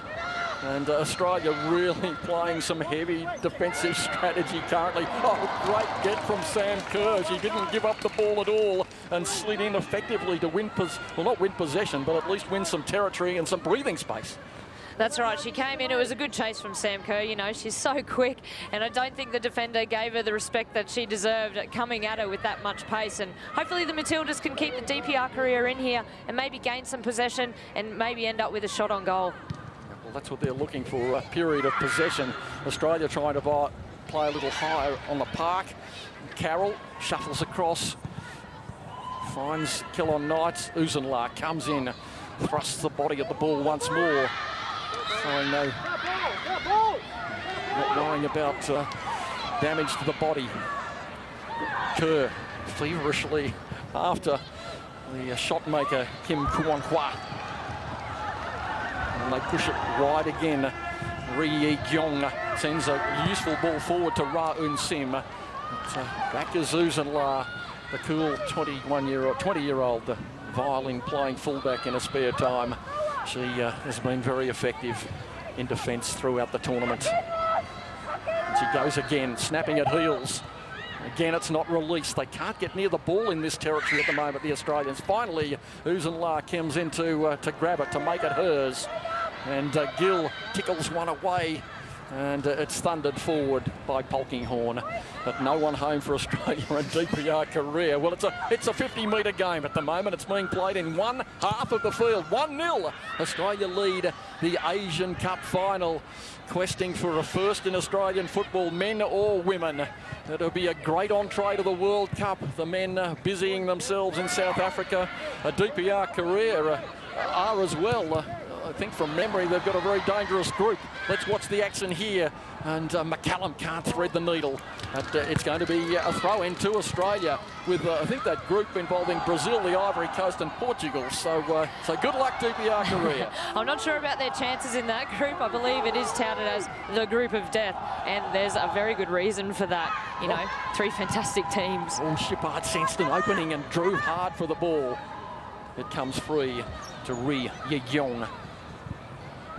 These Koreans, their training is very regimented. They spend long hours, a couple of times a day, really putting in the business. You can imagine it It would be rather military-like in its precision. It is. It's very... give nothing away. That's right. It's very repetitious, and it's all about, you know, perfect repetition and getting that technique right. And that's why technically they are a very good side and very, very disciplined. And we've actually seen in a couple of early games in the tournament, and the coach of the DPR career team has actually commented and said when their players aren't following the tactics, then he's quite happy to bring them off no matter what time it is in the game.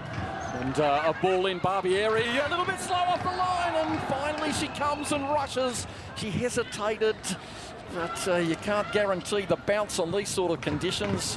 In the end, no drama for the 30-year-old from Melbourne. Korea are going to come again. One feels, and strongly too. They go with Ra Eun Sim down the left side. Is a goal approaching. Or can Australia hold out? Ri Yi-gyong over on that side of the park as well for DPR Korea. The 9 threatens, as does this Song Jong-sun, the 29-year-old, the senior player in the team, and plays like it as well. Back in the middle to Kim Kwon-hwa, and they're finding some openings here. Here's Ri Yi-gyong. Ri Yi-gyong takes it, the ball, and sprays it. Did it get a tickle? No. It's a goal kick.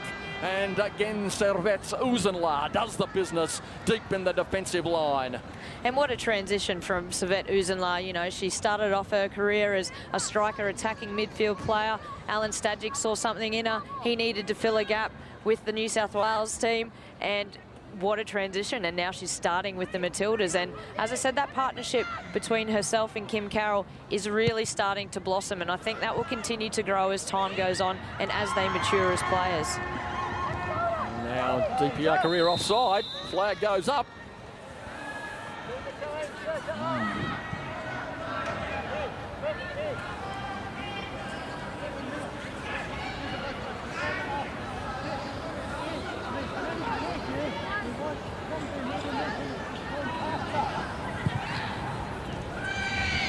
McCallum, middle of the park, hoists it forward for Kerr to chase.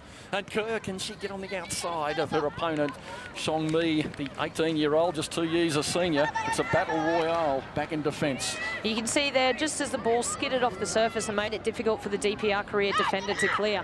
And that's what we've got to keep in mind as well when we're getting those balls in behind to Sam Kerr. Here's a chance, a good build-up from McCallum. The danger not gone yet for DPR Korea. Shippard does well, thrusts the boot out. Garriok now can thread one of these venomous crosses. No, instead she pokes it into Shippard, who does well to get into space.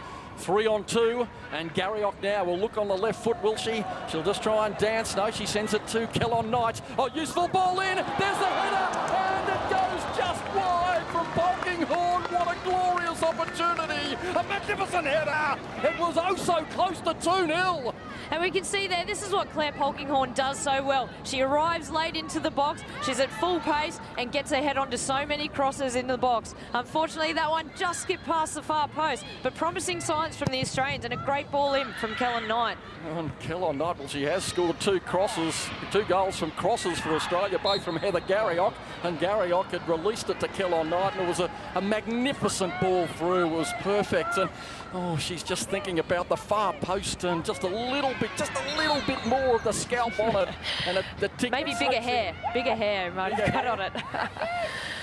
Oh, what a game it is at the moment. End-to-end, Song Jong-sun. It's just starting to open out a little bit as perhaps fatigue sets in.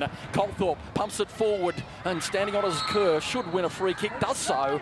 The Japanese referee obliges, looking for a quick take. Onside is Kerr, chasing hard, and Gill goes into support her. It could be a goal for Australia. Can she cross? She does to Gill. Oh, too high! Too high! It was a glorious chance. She spooned it up. Gill was unattended. It's going to come back in from Shippard, and it goes far post, does it? No. McCallum is searching for the ball. Oh, there was the game there and then. It was a clear chance for Australia. Any lower, and it would have been 2-0. Sam Kerr there just needed to roll it into the feet of Kate Gill. She made a great run down the side there with a quick free kick from Colette McCallum. Kate Gill was steaming into the box. It would have been a simple tap in for her, but she just overhit it, unfortunately. We can see here, just using her pace. Oh, just wanted to roll it across the goal there, and it's a simple poacher's goal, as we call it, for Kate Gill. Kate Gill. was sweating on another vital goal. She described a goal to win the match against Japan as the best of her career. I'd say a goal there and then might have put the pecking order a little bit differently. Hacked down, and they're going to get a free kick, and Garriock, the Warrior, goes down again, and she's in pain. She did describe the high point of her life being the birth of her sister Vanessa's child. And watch this hack. And the child, Orlando Matilda. That's right. Had to get that Matilda name in there somewhere. And not surprising with the Garriock family. They're such passionate supporters of this team. And, you know, Bill and Joan and the family have constantly followed Heather around. And not just supporting Heather, but they're such fantastic supporters of the whole team. And just looks like Heather copped a knock there. Maybe a little bit of a cork in her lower leg or a quad. But she's a trooper. She'll be back on in no time.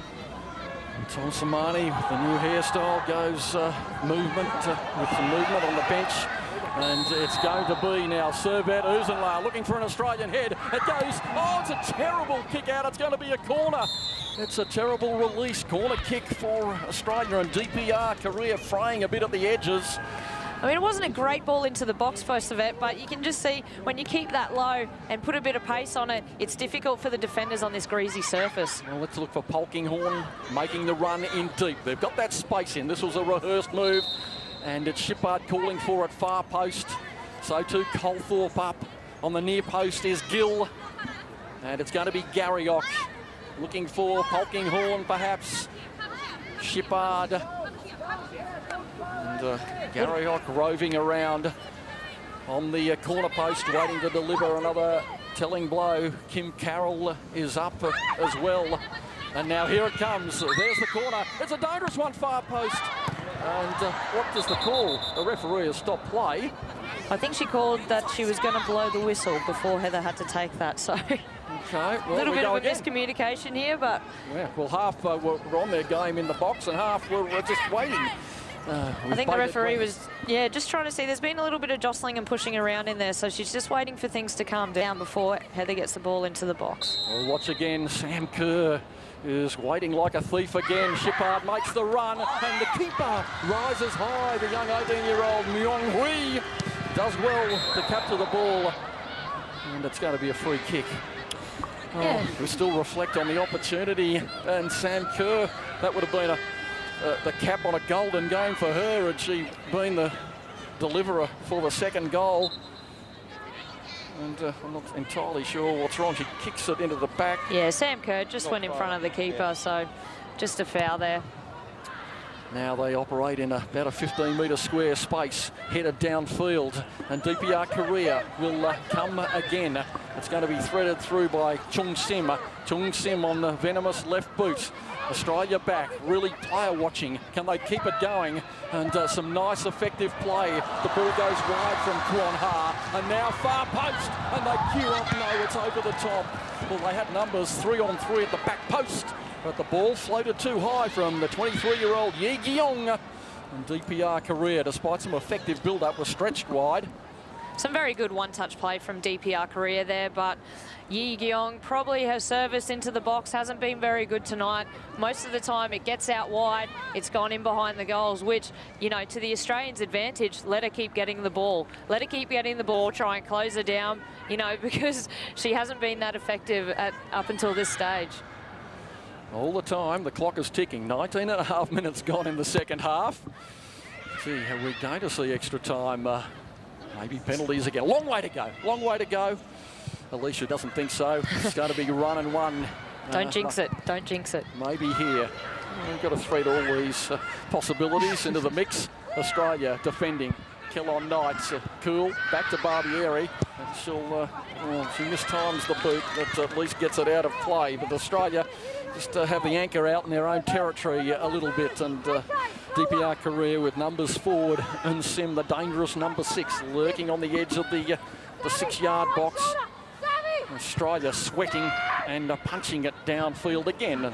Well, a territory game in any other sport or in any other football code of a useful description. Oh, well, the throw-in was way back downfield. It almost bounced on the line. Now, pressure coming from Australia yet again. The Matildas swarming. Kellon Knight did a lot. Gill sent to chase. And another cool piece of defending from Yong Sim, sending it wide to Sung Mi. We can see as the game's going on, the DPR Korea right and left fullback are pushing on, which is leaving space, exactly what we've seen Sam Kerr run into. And Polkinghorne does well, and so does Sam Kerr, winning the ball and then poking a nice delivery inside to her teammate. Uzenla sweated on, cool play to McCallum, just a neat little turn over the ball, little drag back. Sadly, the delivery didn't match the technical skill. But again, she's working feverishly for her nation once more, and who's to say she's not going to put the thorn at DPR Korea's wound tonight. Now the bouncing ball again, and Gill, if she could have delivered it, it was onside. Now it's offside, no one's chasing in any case. And status quo remains in favour of Australia. 1-0. There's still that space in behind the DPR Korea defence, and it's just got to take one of those balls to pop into Sam Kerr's path again for her to be one-on-one with the keeper. And after a composed finish in the first half, I think I'd back her to get another one in this game if she had that opportunity. Garriock had made the run, not found. Jong Sun goes across field and searches out a player, the 29-year-old, and it's Ri Yi-gyong poking it in forward, but Kim Carroll, that ominous presidency, recovered from a knee reconstruction this year. Goes in to make the ball. Early ball from Polkinghorne, might go again. And it's going to be a free kick, surely. Advantage should have been played. The ball was free, and so was Sam Kerr. She was onside. She was onside this time, and Claire Polkinghorne making another bursting run through the defence. She goes at them with pace. You can see the ball bobbling up. Just played it off the defender and got the free kick. So an opportunity for Australia to get the ball in and around this DPR Korean defence and cause them some problems. I'd like to see Katie Gill get ahead on the ball, maybe a little knockdown for a Sam Kerr running onto it. Well, hasn't Polkinghorne, as we look at Servette Uzenla, had a blinder in the last couple of matches. Can she get on the end of one? Into Gill on Polkinghorne, header once more, and Sam Kerr has another scurry after the ball that can't pick up the pieces. Sometimes it's like Claire Polkinghorne has a magnet on her head attracted to the ball. There's balls that get into the box or during free kicks or set pieces that you just don't think she's going to get onto, and she comes bursting through, and it's usually ricocheting into the back of the net. She's so dangerous in those positions, coming from deep. And another attempted thread forward from Polkinghorne just goes awry, but Australia are going to come up with it again via Heather Garriock. Neatly into Gill, lays it off, and it might come Australia's way again. A good challenge in the middle from Shippard. That was a no-quarter given challenge, and neither was that from Kim Carroll. It's being played in the middle third at the moment. Both teams struggling to gain some ascendancy. Ri Yi-gyong, though, goes. She's got Un Sim in the middle. She plays it in tight, and Un Sim has held off the ball well by Uzenla, who now tucks it down and makes a territory gain of some 50 metres. So it's nip and tuck. 24 minutes gone. Australia leading 1-0 in its quest to win a first Asian Cup for the nation. What a feat it would be. It would be an absolute fantastic feat. And just seeing all these girls and the way they've performed throughout this tournament, you know, it makes you proud to be an Aussie. There's a through ball. That's a danger. And the shot goes in. Barbieri, brilliant! Brilliant save from Melissa Barbieri. The captain stands tall when required, and she denies Ra-Un Sim, who must have thought it was going to be 1-1. It was a beautiful ball through. In fact, it was the replacement player with a shot on goal, and Ra-Un Sim, it was perhaps chasing up the crumbs, but a terrific chase really from Yun Hyun Hee to deny or pull the save out of Melissa Barbieri. And Bubs needed to get down to that and make the save, and what a great save it was, and that could be the turning point in keeping Australia in this game and on the road to success at the Asian Cup for their first ever Asian Cup. What a crucial save, and that's really, you know, that determines such a good goalkeeper. May not have outside, the goal. It was bouncing dangerously again, and this time it was Ra-Un Sim, the 21-year-old, chasing through and failed to get on the end of it. The game now from end to end as we watch the bouncing ball, and the pitch is very hard. It was quite soft when they first came here a couple of weeks ago. Now it's really hardened up despite the moisture. Kerr, beautiful play to Kellon Knight. She tracks well, holds it beautifully and lays it back nicely to Garriock. And now to Uzenla, who seem to be growing in confidence, Australia. Ball across to Colthorpe, and the one touch, a little ambitious from Colthorpe. She's had a great game nonetheless, but now the danger signs are up. Chong Sim releases it wide to Un Sim, and Un Sim, she'll cut back on the left. She'll shoot. She'll just miss. Oh. That's heart in your mouth type stuff, isn't it? And again, it just points out the importance of keeping possession, because against teams like DPR Korea, their transition is so quick. They can knock you out in 2 or 3 passes, and we saw they switched the ball back out wide and just cutting inside on the left foot for a shot. And geez, happy to see that go. Looked like Bubs had that covered at the near post anyway, but still a bit of a scare for the Matildas and something that they need to keep an eye on. Now they're playing an even more congested midfield. But you can see the skill too with these swiftly technical DPR Korea players. They are going to challenge her with the wet conditions. We've been talking about that tonight, Alicia. It is a test now, and you can see the effort pouring from the faces of all the Matildas, all the Australian team. Gill goes up high. She'll get another crack in over the top. Almost a free kick in another land maybe. But now Uzenla heads onto the ball and Shippard's there in support. Another release and a nice tickle on again from Polkinghorn. Just failed to find the target, but there are still numbers in and around her. Although Zhou Yunmi goes forward and threatening is Ri Yi Gyong and spoons a useful ball up too to Chung Sim. And DPR Korea threatening some danger. Held out by Garriock. And in now, tough ball, free header in the back of the net. It's a goal. It's the equaliser from Zhou Yunmi. 1-1. Now we can see on the replay, free header in the box there. Some good build-up play from DPR Korea, and to be honest, it probably looks like it's been coming over the past few minutes. The Matildas have had to sustain a little bit of pressure, haven't been able to break out of it. We can see the ball into the box here, and the DPR Korea player just gets the nod on into the far post. Nothing that Melissa Barbieri could do about getting onto that one. Well, she scores her 3rd goal of the tournament so far and levels it up with Japan's Sawa.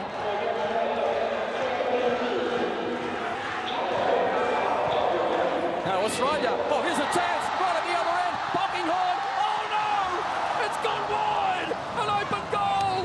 Polkinghorn had made an outrageous run forward, and she virtually had an open goal, but couldn't make it count. Oh, the knockout punch would have come swift and severe. She was in, she only had to really steer it in, she didn't need to overhit it. It was probably easier to miss than score, but you never know in the pressure. Well, she was a little wide, you didn't miss by much, but there was a lot of goal open, and Polkinghorn misses a second, but not for want of effort. It was a glorious run. Australia battle again. Sam Kerr goes hard, and Kate Gill wasn't reading her play. And it's DPR Korea who threaten again. It's 1-1 the score, and we've got still 15 minutes to go, and Korea now lifting the game. And just when it looked as though Australia were thwarting every challenge, and what about, well, Australia has had 2 misses that they won't want to think about. Ball on to Ra Un Sim, holds it down, sends it wide to Yi Gyong, and they queue up in the centre again, and the goal scorer is there as well, or at least the goal provider. And we watch now, it goes across field. And is it going to go out of play? Oh, a bit of relief for Australia. And this is a crucial time for the Matildas. We can see just down on the touchline here, looks like Kaya Simon's going to come into the game, try and provide a little bit more spark in the attacking sense. You can go for broke in these games now at 1-1. You just need to not give anything away defensively. And there's opportunities that are opening up. We just saw Claire Polkinghorn before. So there is space in there. And the Matildas need to keep believing that they can get in behind this DPR Korea defence and cause them some problems and maybe nick another goal. Well, Sam Kerr comes off, one of the most dangerous Australian players. So it's It's a replacement that does put a little bit of pressure on Kyah Simon, but she is the late goal winner. She did score the winner against DPR Korea in Brisbane in the 90th minute. So can she do it again? In fact, she scored 2 goals for Australia, both last gasp winners. The other one was against Brazil. It's DPR, though, with a chance. They throw in the dangerous ball, knotted down by Caulfield, and the free shots all the way to Barbieri. It didn't have any pace, but you can feel the game changing with the goal. DPR lifting, and Australia, they might have pinched it back straight away. And hooked clear, a free kick holding. So the Australian aggression in the midfield, just conceding the odd free kick. And again, a player in space on the left. Control eludes her. And it's going to come down to Zhou Yunmi, the 23-year-old now, with 3 goals in the tournament. And that's one she won't forget. It was a beautiful ball in and a magnificently guided header. And Barbieri was anchored and could only watch it go inside the far post. This is where the Matildas need to be switched on in these defensive type situations. Just another free kick conceded there in the edge of halfway. And these balls into the box, they need to be switched on and make sure they're tight with their players. Well, now they rage again. Australia under siege into the near post, and the keeper ball. Oh, surely that's a yellow card. Well, tumbling in on the goalkeeper. She's let her off, Ra-Un Sim, with a really clumsy challenge on the goalkeeper and totally unnecessary. Ball came in, and she was, oh, well, I'll take it back. Maybe it was a slightly accidental. She was shielded by Carroll, who was doing a good job. Oh, but on that angle, I'll go back to the original call. The joys of the replay, hey? 1-1. Tension is high, needless to say. And the Barbieri Thunder's not her best goal kick out, but the reward is pretty good. Although Simon does tend to lurk offside a little bit, and the call would have been made against her. Well, can she make history, repeat 3 times in her short career in Australian colours? Kyah Simon, the 18-year-old. It would be a glorious statement to make should she be able to snatch 3 winners. And Barbieri just releases wide. Australia, I guess you could say, just tooling the ball around a little bit. And the Australians need to get back to trying to get possession in midfield with Sally Shippard and Colette McCallum, and giving them the ability to play those balls into the wide areas for the players like Simon to get onto them and Claire Polkinghorne going forward. And Kellon Knight holds firm, as she's going to have some more work to do now, as it's Kim Chung-Sim who's going to threaten once more. Support comes, not quite covered by Gary. Dangerous high ball. Barbieri does have it, and she's taken out again by the same player. Where's the card this time? That's 2 in a row. Ra-Un Sim just clumsily into the Australian keeper. And the referee's just having a little chat to her there. You know, same thing again. Don't think she was going too much for the ball there. Just keeping an eye on Melissa Barbieri as she's in the air. And it looks like Bub's just going to stay down and get a little bit of treatment here. Maybe soak up a little bit of the clock and try and just relieve a bit of the pressure that's been on the Australians for the last 5 or 10 minutes. And it is pressure indeed for the Australian keeper. And we can see Tom Samani on the picture there. I think he's, you know, just saying to the players, just let's calm it down. There's no need to panic here. We've still got 10 or 12 minutes of play left. And at the end of the day, the score's 1-1. So you take this into an extra time situation and it's basically a clean slate. You know, they've still got everything to play for here. And we just need to maintain a little bit more composure and not get too frantic in defence. And then, as we say, try and build that attack again. Try and get the ball into the striker's feet and keep possession. Mum Norrie will be at home watching very, very closely. Her daughter, who turned 30 this year and was awarded with the captaincy. She was the first woman to play in a senior men's competition, and she played with Richmond in the under-21 Premier League down in Victoria. She's a stoic campaigner. And she might also be the first woman to go from a left-sided midfielder in an Australian squad to then the starting goalkeeper. Well, she got an injury, didn't she? She got an injury that was sort of a chronic back complaint. Yeah. And Yep. It ended up I think it to be a severe hamstring tendonitis, and by the time it was diagnosed, it was all sort of a little bit too late. She'd been discovered in goal. Was that the story? Well, she made the decision because of that injury that it was going to be difficult for her to continue playing out on the field. And, you know, what a transition, though. Starting goalkeeper from a left winger, like there's no two different positions in those two, I don't think. The kick downfield, and Ra-Un Sim challenging Kim Carroll. Sabet Uzunla, the partner in crime. Kellon Knight hustles. She knows she's got a bit of ground to cover up. Well, Gary took her eye off the ball. But Kellon Knight comes in to save her once more. Well, perhaps not taking her eye off the ball, but not realising that the opponent was so quick behind her. It was a bit of a tough ball into Heather Garriock there from Kellon Knight. You know, head back to goal with DPR career defender steaming down on her. Maybe if she just dinked it over that, released the pressure and hit Kai Simon, then Heather could have gotten the return pass.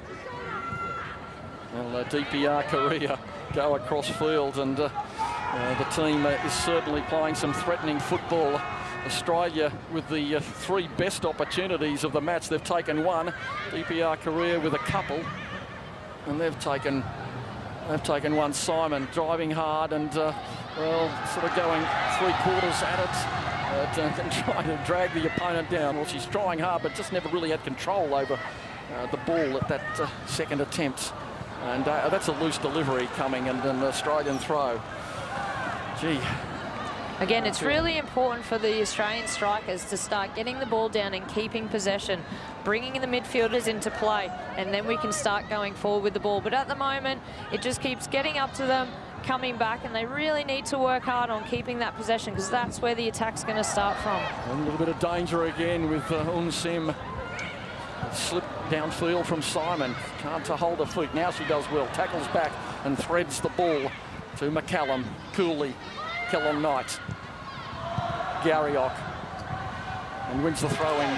Garriock with another nice hustle. Well, it's hard to see who's going to score the goal to win the game, but might it come for Simon again. Downfield it goes. Back it comes to McCallum.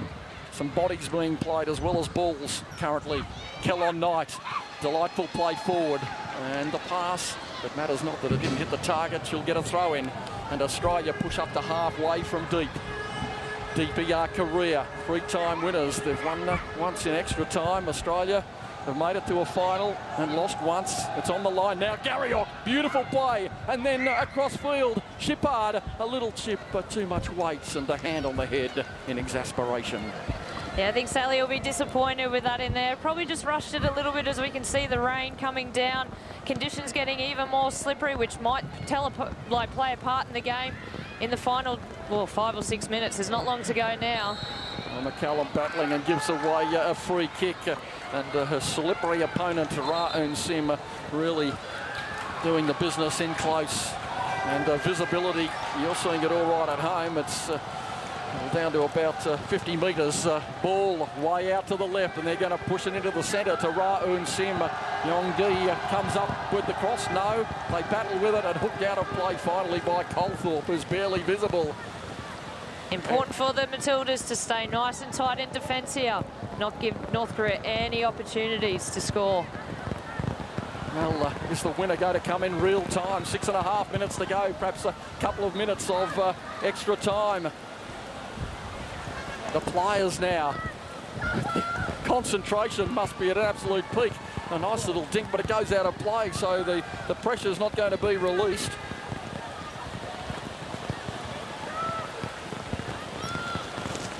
Song Mi needs a windscreen wiper. Oh, puts a useful cross in. Ra-Un Sim, and it goes off the thigh of Carroll into the safe arms of Barbieri. And as well as Norrie, Joe at home would be feeling the pressure knotted on though.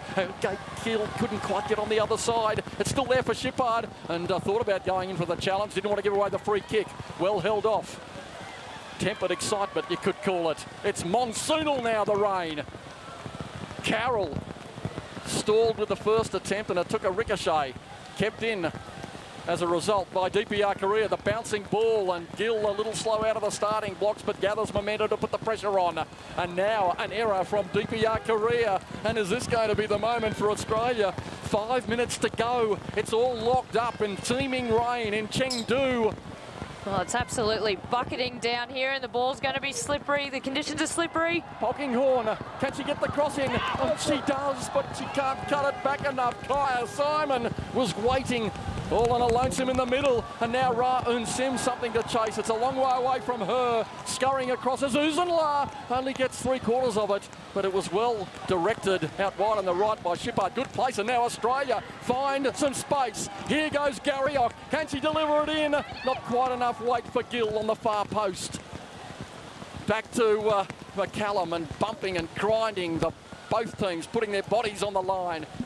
Ball forward, DPR Career to their credit are still battling away, but they haven't got a great number of players forward at the moment. Although the ball is lost by Kellon Knight. Comes in again. Carroll is back. Oh, she doesn't hook it out of play, but there are enough teammates back her are there. And it ricochets off DPR Career for a goal kick. Oh. It's a bit like that, isn't it? Hard in your mouth type stuff as the rain absolutely teams down. This is going to make conditions very difficult, and probably in the last 1 or 2 minutes you can see neither team is very keen to try and get the ball down under control. It's just been about trying to help it on, cause the defence some problems, because when that ball's bouncing and spinning and turning, you never know what can happen, and it's going to be very difficult to get a hold of the ball in these conditions down there. Well, Barbieri and Janita a lot behind. It's not easy to nail the goal kicks as well, and it only goes as far as Ra Un Sim. Shippard does well to tackle from behind, and effectively, if he wanted to get the ball, she does. Colthorpe just spoons it down the right edge. Simon needed to be a bit the other side of the opponent, but they don't concede the ball, although they do now. The pass was a little awry. There's a lot of space out on the left there for Heather Garriock, and we just saw Sally Shippard's pass go astray there, but if the Australians can continue getting the ball out to this side, there is space for Heather to go at those players, and maybe Kellon Knight to get her around her for an overlap and then crosses in the box. Well, it goes in and out. Is it going to be throw it again? It might have gone in and out.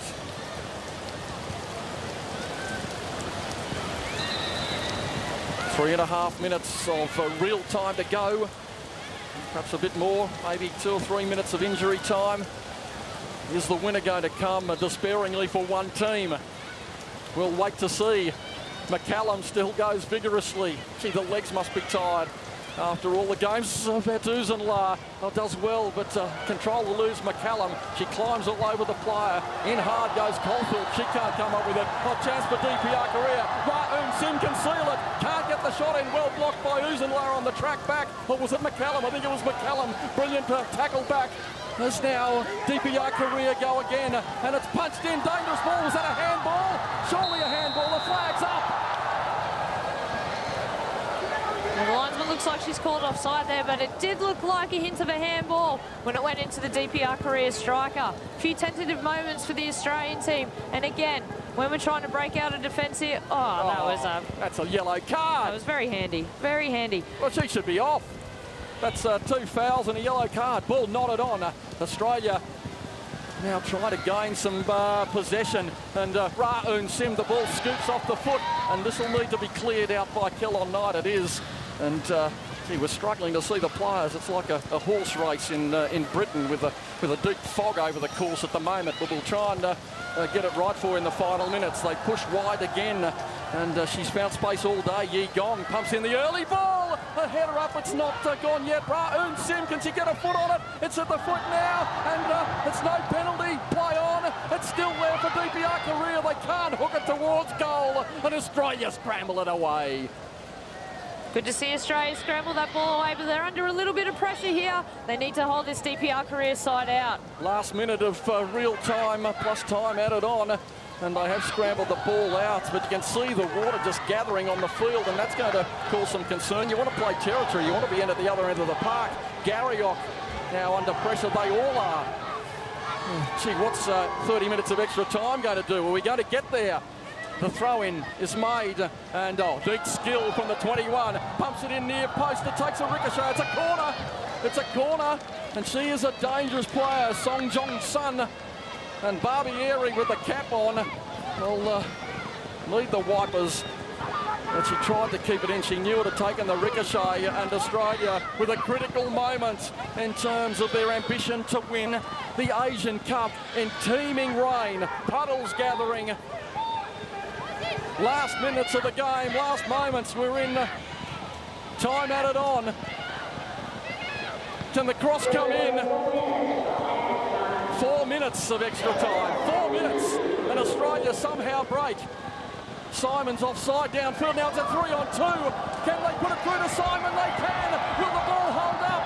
Oh, Simon steps over it. The pace was there for Simon. She needed to drive harder for the ball. That was crucial. It was a brilliant ball through. Unfortunately, she couldn't gather it in the stride. It was a 3-on-2. Shippard, brilliant play. Again, you know, the ball just skidding on in these wet conditions. Sally just needed to maybe take a little bit off that pass into Kaya Simon. There was a 3-on-2 and a very good opportunity for Australia. And now it's a 1-on-1. Barbieri has to come off the line to kick it. No, she waits coolly. Oh dear, Ra-Un Sim. Looks like she's got roller skates on. It's hard to tell in these conditions whether the ball is actually going to skid on. There's some puddles forming on the field, or whether it's going to hold up in one of those puddles. Simon tries to knock it on. Looks like a handball from DPR Korea defence, trying to thread it downfield. They're just playing speculative football at the moment, so the pattern's gone out. They try and restructure. They've got 3 across the centre, and it looks pretty good. Oh, chasing back, Colthorpe is forced to charge back now as Garriock missed out the opportunity. It comes in far post. They queue up. Carroll with a booming header. It only goes as far as the DPR Korea, the replacement player, Chol Mi, and now back into the centre again. The heads go up. It's headed wide. Oh, some tense moments there again. DPR Korea had 4 attackers in the box there, getting that ball in here. We see a free header.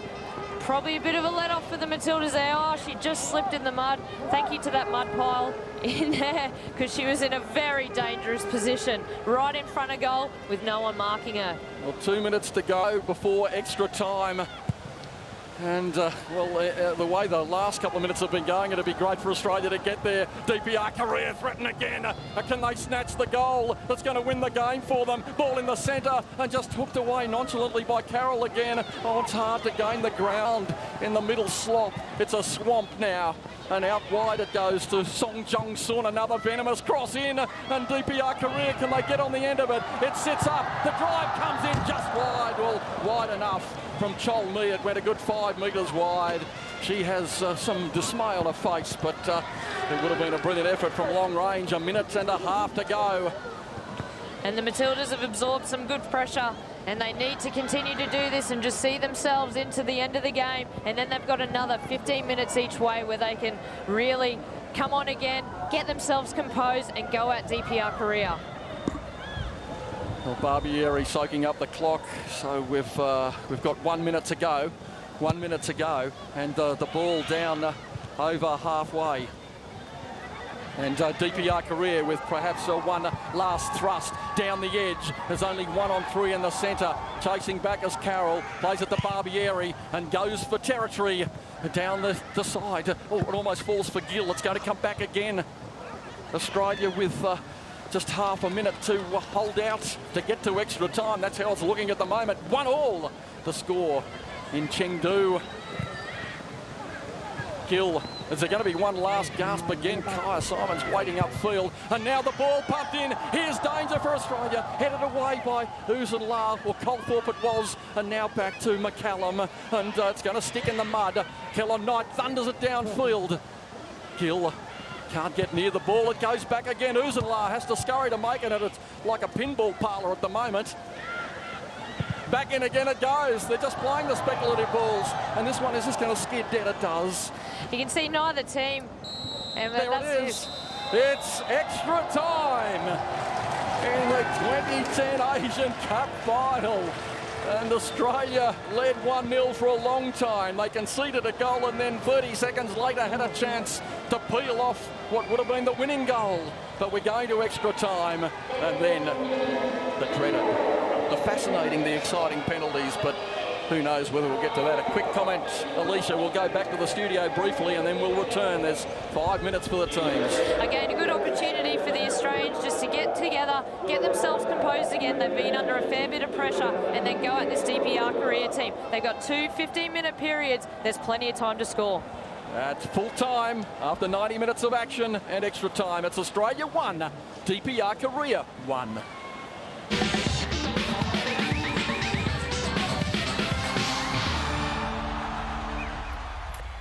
After 90 minutes of play, the score is tied at 1-1, so the game will be going into extra time. I'll just explain what that means to all of our viewers out there.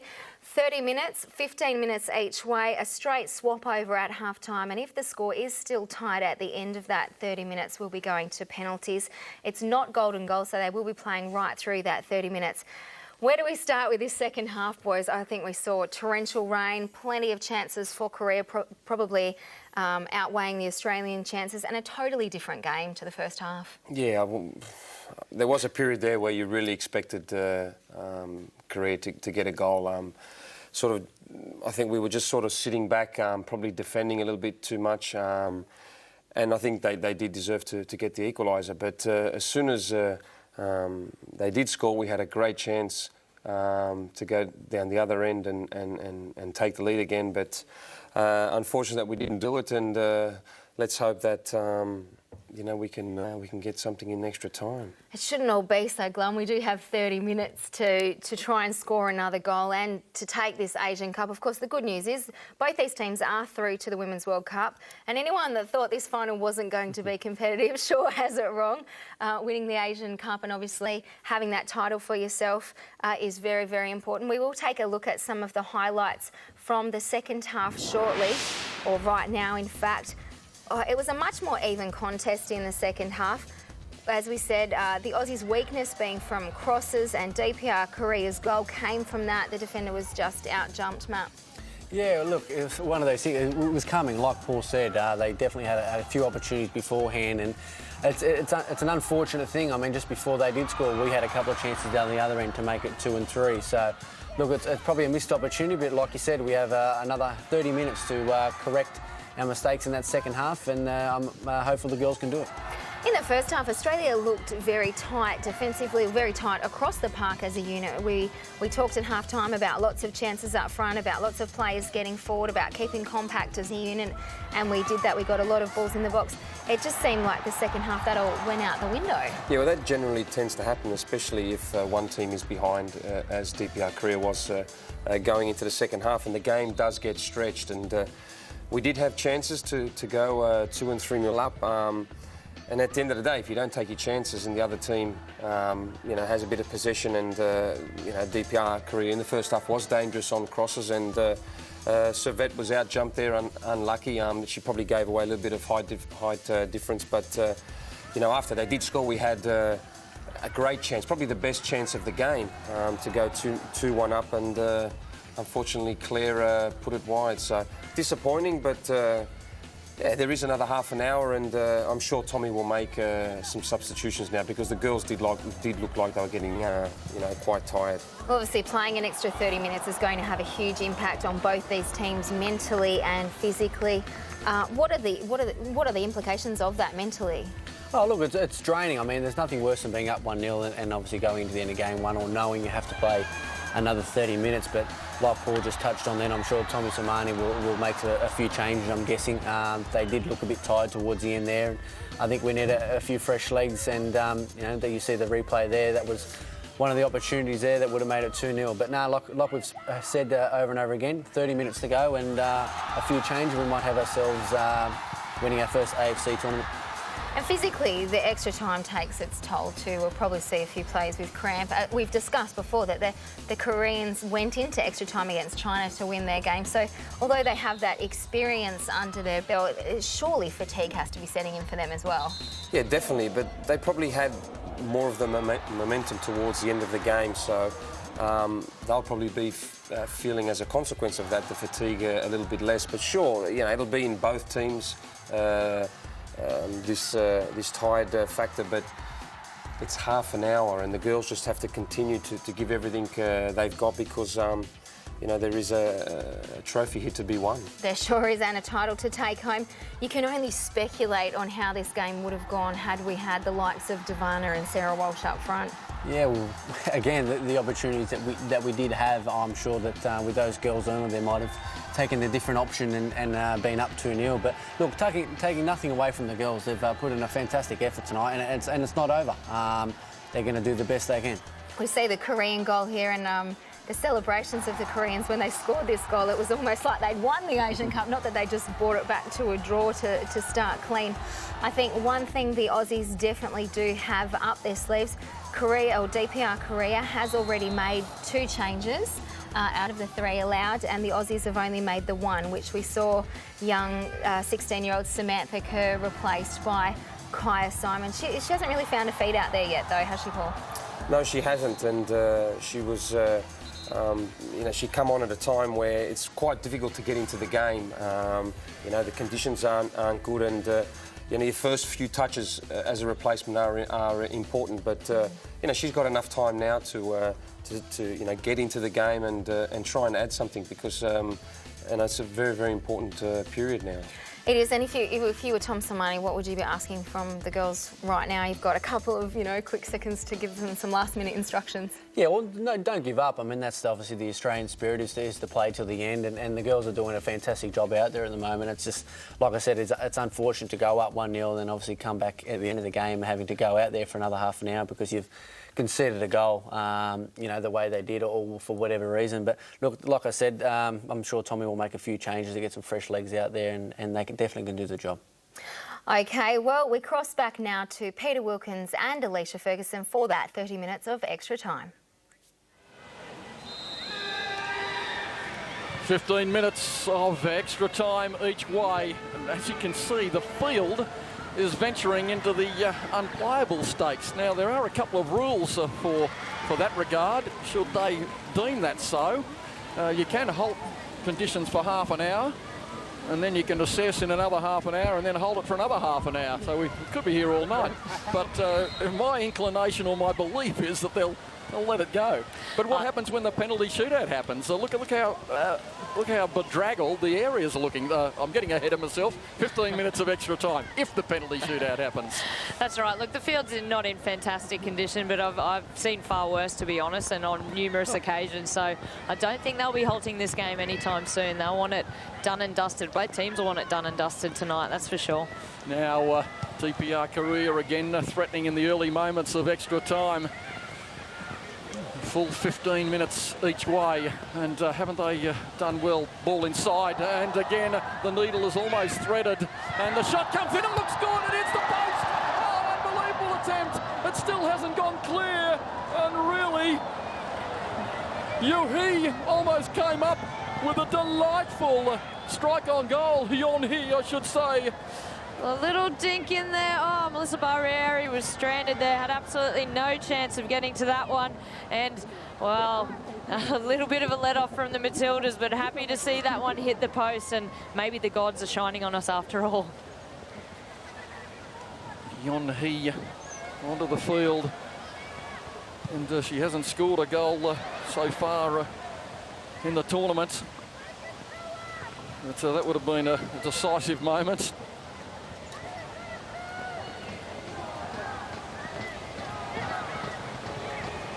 Australia honking horn. You could see the exertion. We're going to get every extra centimetre out of the throw.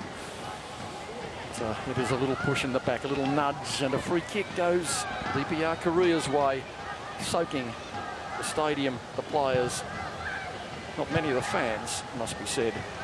McCallum back to Colthorpe, which is hard to reach the ball downfield. He's got some condition in the knees, which wouldn't be too pleasant at the moment after playing all the game time she's had. Australia, can they conjure up another opportunity, or they missed their golden moment? Or 2 golden moments. Kellon Knight pressured, and the ball goes free to Chong Sim, although it goes all the way over the byline. I think what Tommy would have said to the girls at the end of the game there was, let's just settle it down. We have had opportunities, and I think we're going to get some more towards the end of this game. It's going to open up the conditions are very, very difficult to play. Both teams will start getting heavy, and the Australians have a couple more substitutes up their sleeve to maybe bring on some fresh legs, depending on how it goes in this first 15 minutes. I think both teams will just want to sort each other out again, not give anything away, and see if an opportunity presents itself. Well, DPR Korea, they still get these players lurking on the fringes, causing some danger. And Varieri called into play again. Chips it comfortably downfield. Rie Yong all over it. Shippard, dangerous pass under pressure. And McCallum does very, very well. And then gives the ball away after doing so. And an example of how it sticks in the mud. Rasim nods it. It's not a down by the defence. Australia have the numbers back, and so there wasn't really any great concern, but you don't know the way the ball's going to bounce. Tip forward for Polkinghorn to chase. It's there for her. It's a one-on-one. She gobbles up the metres. She's going to pull it back. Garriock comes in support, and it goes instead away to Kellon Knight. Can she thread the needle to Kaya Simon on the far post? And Kaya Simon is there. Oh, half hits it. She snatched at the ball. It was behind her. It was too difficult. And we can just see in a couple of those situations here, it's very difficult for the players out there to predict how the ball's going to fly. Kellon Knight, this ball just skids off the surface, and Kaya Simon just scuffs her shot and has an easy save for the goalkeeper. But there's some very, very muddy patches in there where you can see the ball sticking in the mud, and then at other times it's skidding along the grass. Kellon Knight. Oh, she falls over the ball, tries to take it away from her opponent lying on the deck.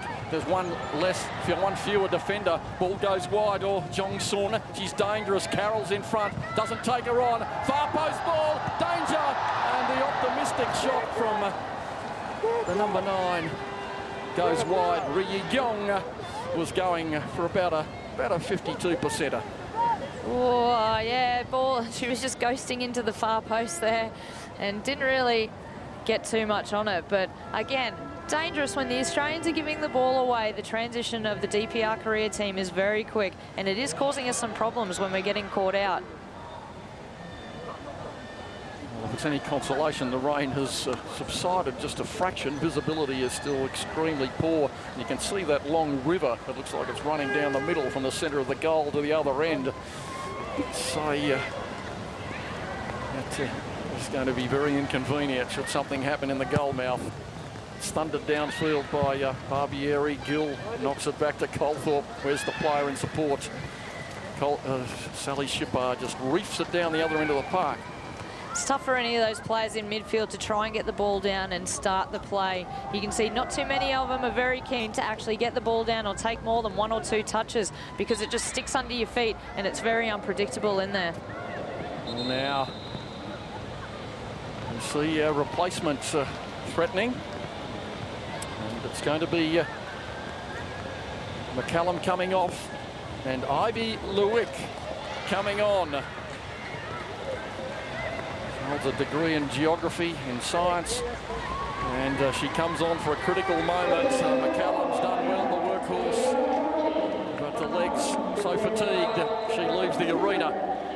And Lewick comes on, ball into the area and nodded forward, and it's going to go away for a corner kick. And once again, Australia in their area of vulnerability concede a corner. We've had not quite half of the first period of extra time. 1-1 at full time. Can DPR Korea steal the lead? It's going to be Cholmi with the corner kick. Moves it in. It's another dangerous one. Headed away. There's no one downfield. Australia had everyone inside the area. Just about everyone inside the 6-yard box. It goes back in once more. Sim tries to leap high. Remember, they're doing it without their captain. She went off injured. Zhou Yunmi, the goal scorer. And it was a great header as well, bringing her tally to 3 for the tournament. Equal leader.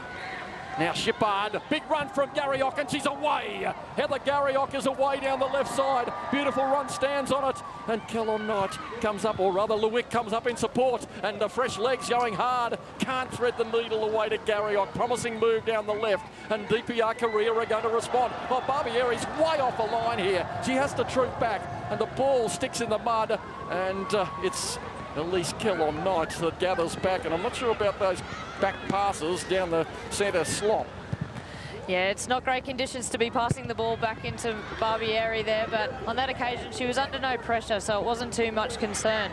Good run before by Heather Garriock, though, into that space, and unfortunately the Matildas just couldn't thread through the DPR Korea defence. And it was Kellon Knight with some neat skills on the ball, but once again it bounces back like it's the tennis wall in the schoolyard. It just keeps on coming back. Garriock again tracks down the left side.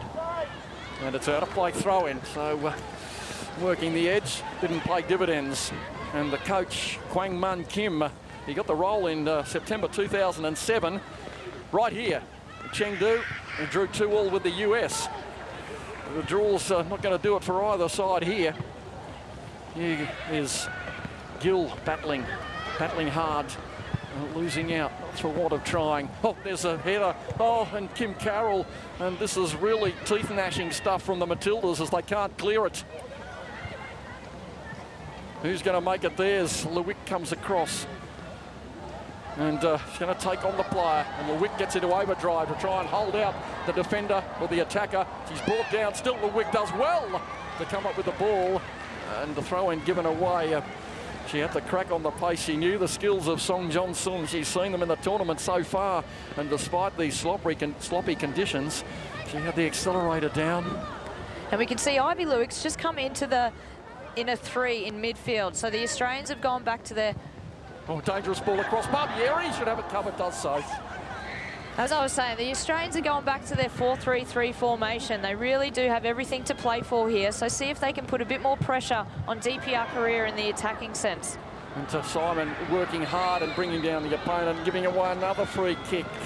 It was a little bit of a clumsy challenge from the young lady from Quakers Hill in the west of Sydney.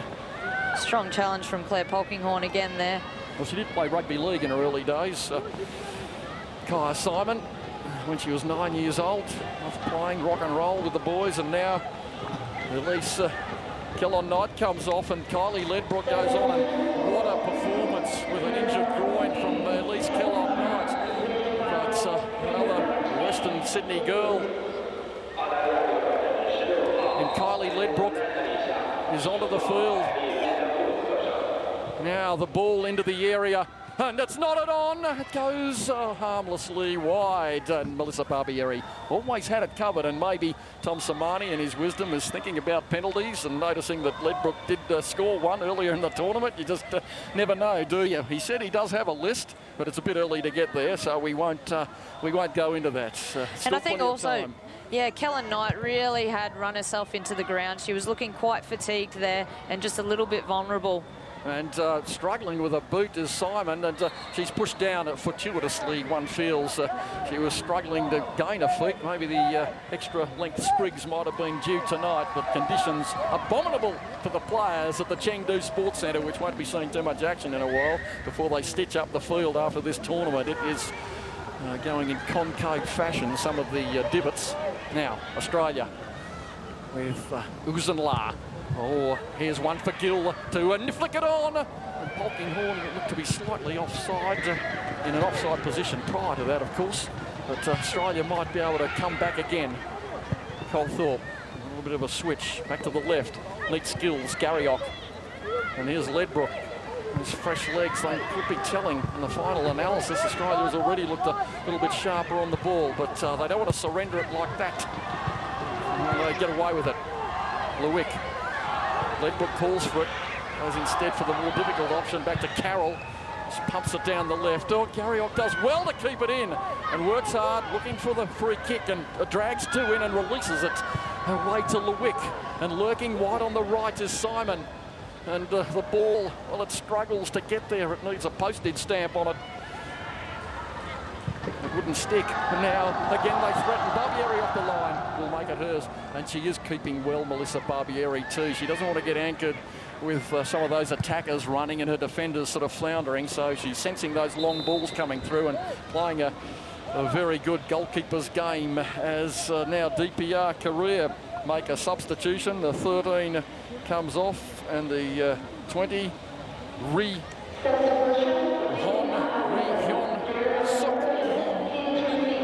And Barbieri needs to keep patrolling at the top of her area there. When those balls skid through that DPR are playing in behind the Australian defence, it's important that she's on her game in case it holds up, in case it skids through, so she can get to it first and clear it.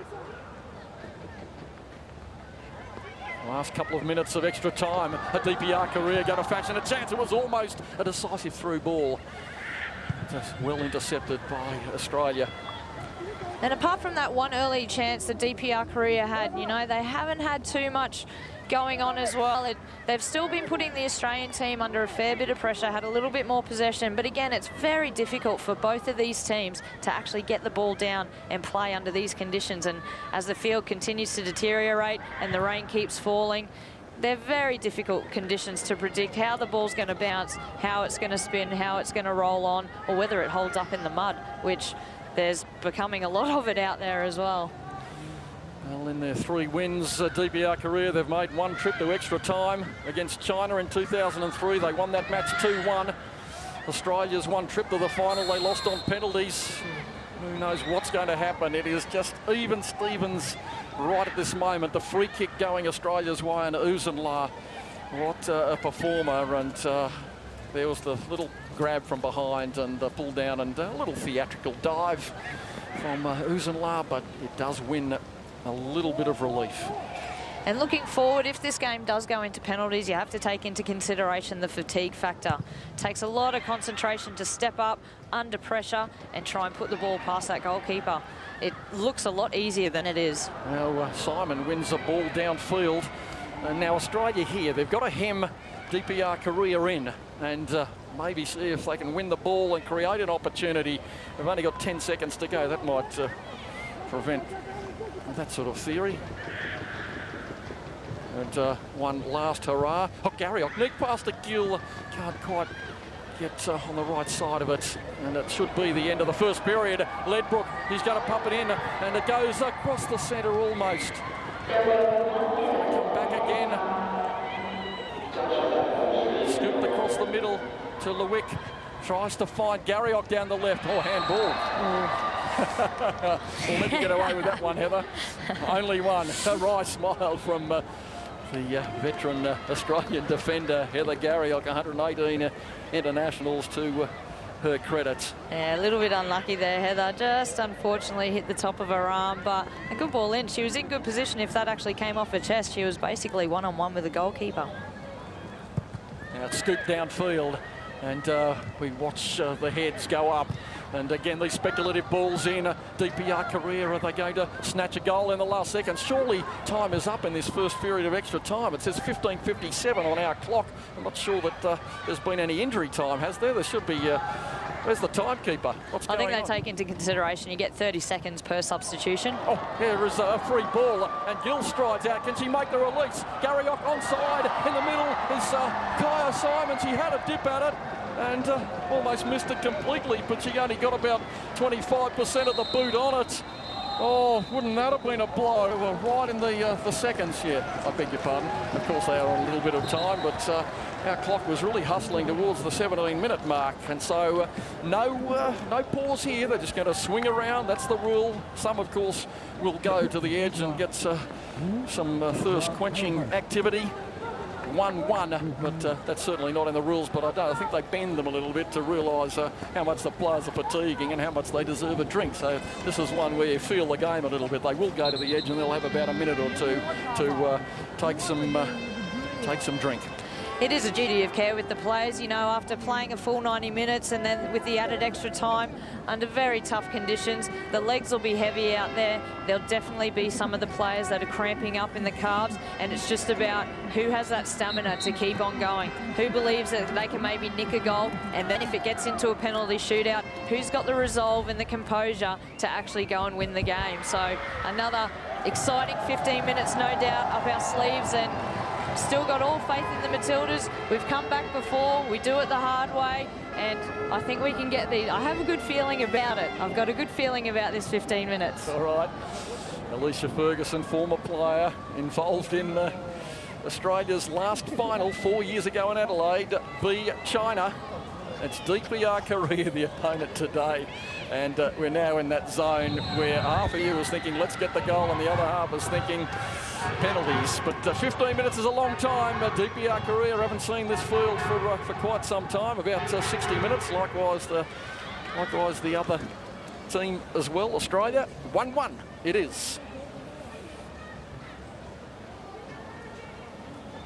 Song Mi. Shepard still going strong. We can see Sally's just slotted back into that right fullback position, which made room for Kylie Ledbrook and Ivy Lewick just in the central midfield to try and get a few more attacking options going forward. And Ledbrook wins out, but only concedes the throw-in. Ledbrook, who left the game for 4 years as well to further her career in restaurant management, and had to watch the 2007 World Cup. Oh, here's DPR Korea with a little bit of a chance it should roll harmlessly away. But Ledbrook has come back. Yeah, she sat at home to watch 2007 and definitely missed the game, but equally said she didn't make the wrong decision. The W League has dragged her back into the equation, Sydney FC, and she's been a star and worked her way back into the top grade now. And that's a great indication that something like the W League can actually bring back those experienced players and create some depth within the league. And, you know, unfortunately... Through ball, oh, Barbieri has to hook it. Oh no, it almost ricocheted in. It was an unbelievable error from Australia, which almost had a cataclysmic outcome. Geez, the heart was in the mouth in that situation there. They're the ones that you don't want to see. Oh, just ricocheted off her. And, oh, geez, from this angle, it probably looked, a lot closer. That was close enough for me. Yon Hee. Well, the ball was in the mouth as well almost for Yon Hee, but she has been a danger since she's come onto the field. And Barbieri, well, in the end, good decision. No damage done. 1-1. Oh, that would have been absolutely despairing to see it. Would have been absolutely heartbreaking. Well, play on, Shepard, neat touch, and Simon tried to flick. Gill's going to cover the keeper, and it forces the ball out of play from Ju Hyung-Hui. And so Australia, in the gloom, in the mists of a Chengdu evening, even later in Australia, have a chance to mount some attack. Shepard works it across fields. Lewick tries to thread it to Shepard, and she goes and wins the throw, does she? Oh, I'm not sure that Shepard got a whole lot of the play. I think the ball, in another 50-50 challenge, went the way of Shepard with the throw. Well, let's have a look at a replay. Oh, yeah, maybe she did get her. Just missed the ball and caught the player. She didn't get much of the player. No, look, it was probably neither here nor there. Neither here nor there. All right, ball downfield. And back is Shepard again. Scoop forward. These are the balls that seem to find Australia out a little bit. The ones into the defender, the attackers lurking, and then those square balls.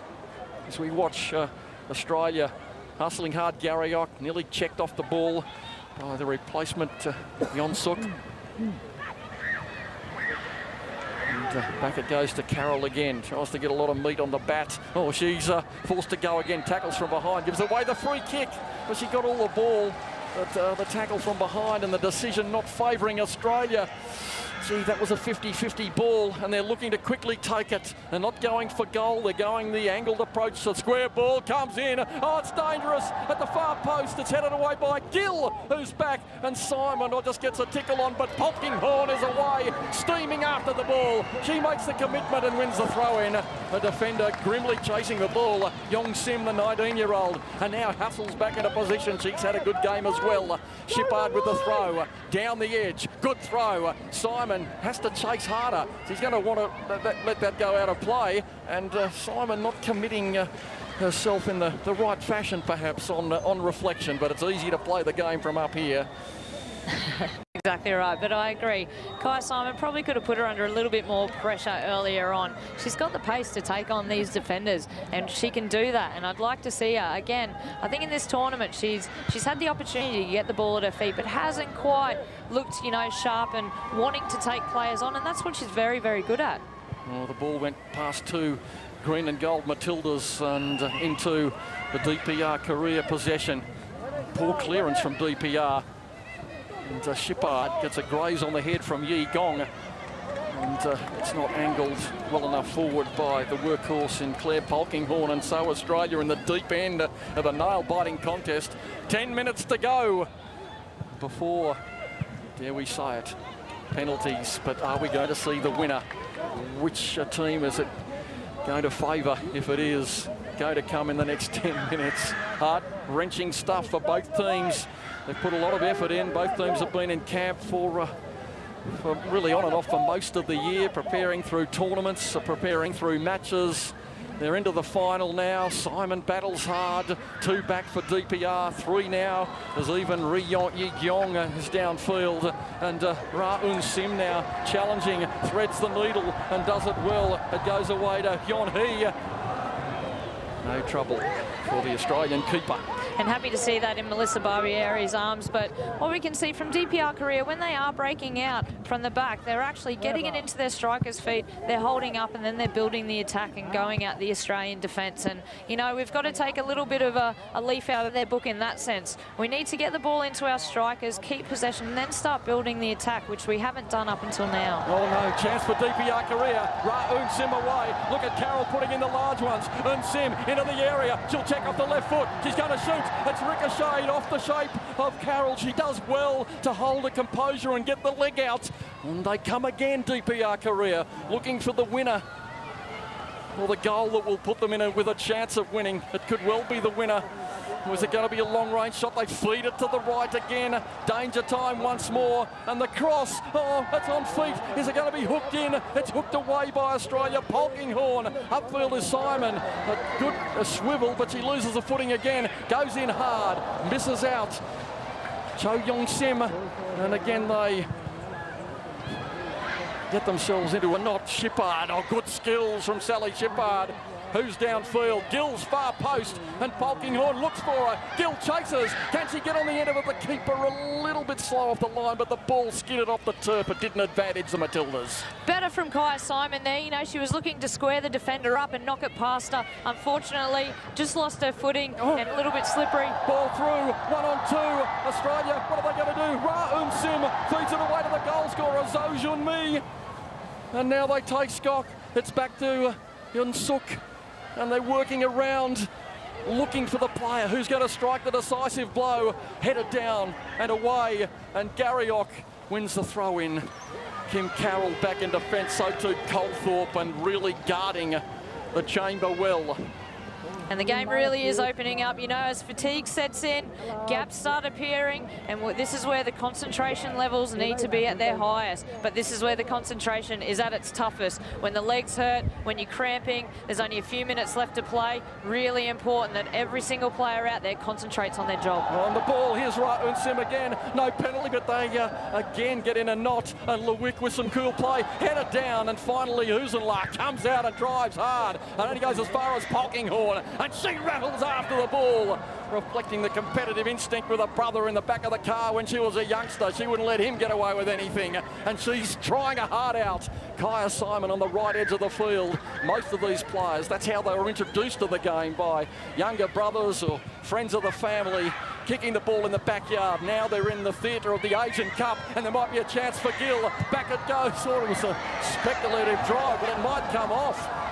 All the way is Garriock. Can she loop across? And she does. Near post. Gill goes in. Keeper goes up. Makes the save, and the one real threatening move for Australia with 6 or 7 minutes to go. Comes unstuck. Not for want of trying. They're going to win a throw in Australia. So a moment of territory in possession. Or did that come off? That came off. You can see the players here just slowly walking over to get the ball. At this stage in a game, when everyone's quite tired, you don't want to make any mistakes. You don't want to take too many risks. And to be honest, when you get into a penalty shootout, it really is a 50-50 ball game. And now Simon almost getting the better of opponent. She chases and it ricochets off her despairingly out of play. 1-1 still. And the effort reflected in all the players' faces from both teams. It's been a gritty, tough, sort of hard-working game. You've earned the bonuses, both teams, as modest as they may be.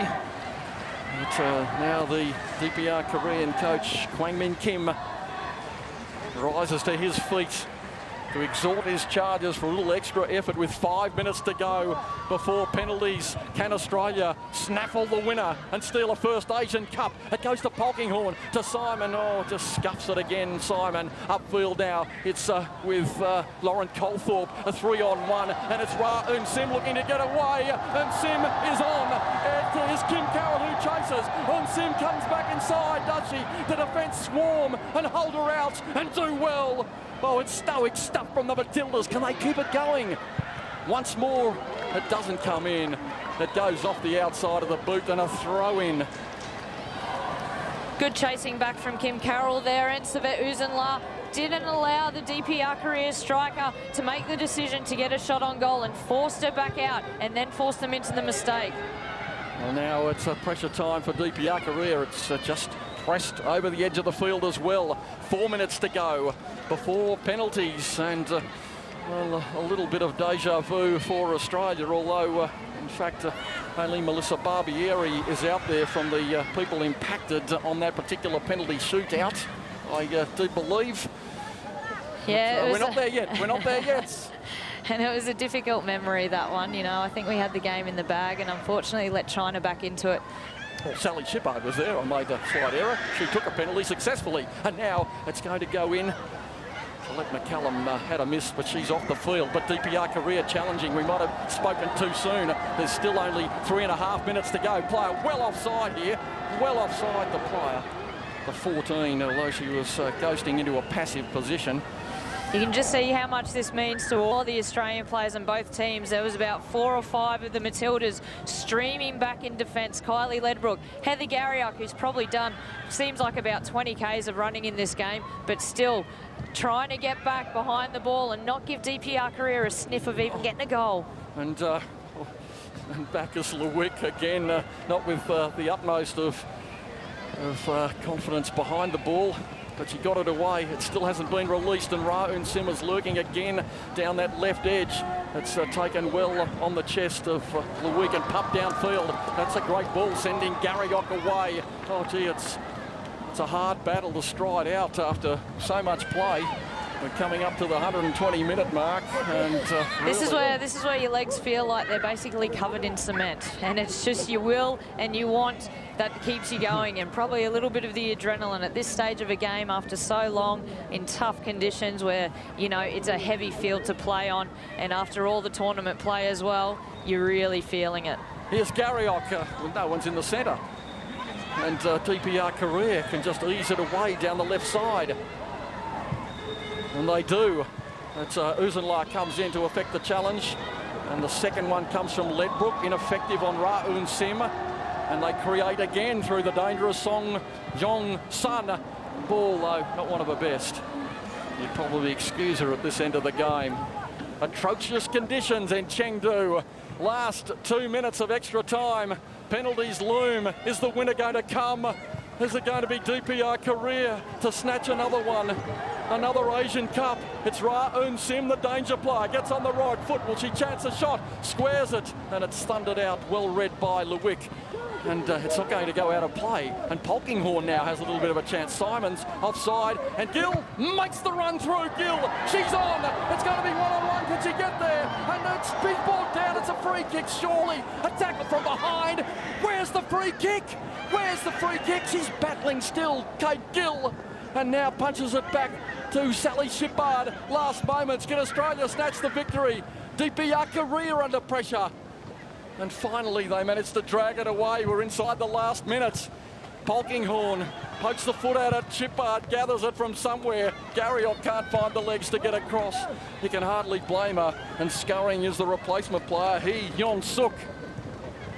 Across fields, it goes into the path of Cholmi, and downfield again, and chasing back is Carroll. Oh, Carroll, she almost comes up with the error. It ricochets again. Here's a battle, and surely it's going to be a free kick to Australia.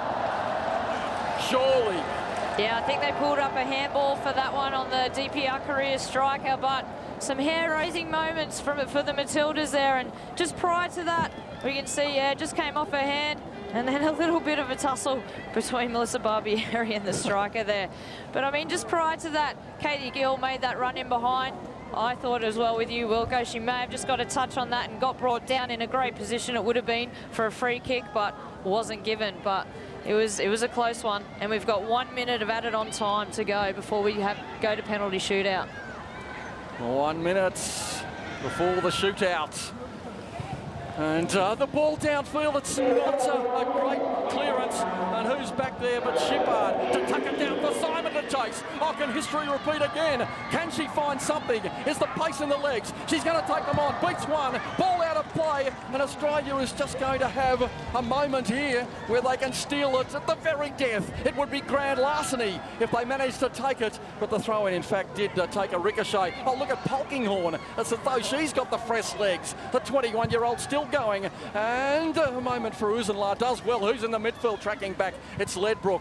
Tries to find Polkinghorne again. The runners on the outside. Good skill taking off the ball. Free kick, surely.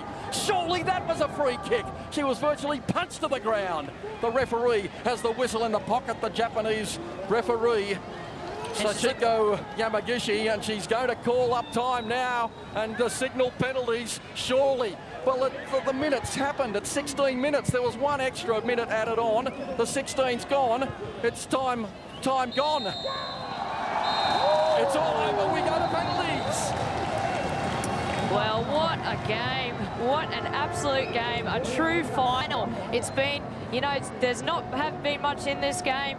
1-1, the Matildas started with a goal, and then DPR Korea made a comeback, and you can see all the players out here are absolutely dead on their feet, but they need to stay on their feet, stay with that concentration level, because we've still got penalties to go and it's anyone's game here. But congratulations to both teams for putting out a good performance under tough conditions in a fantastic Asian Cup final.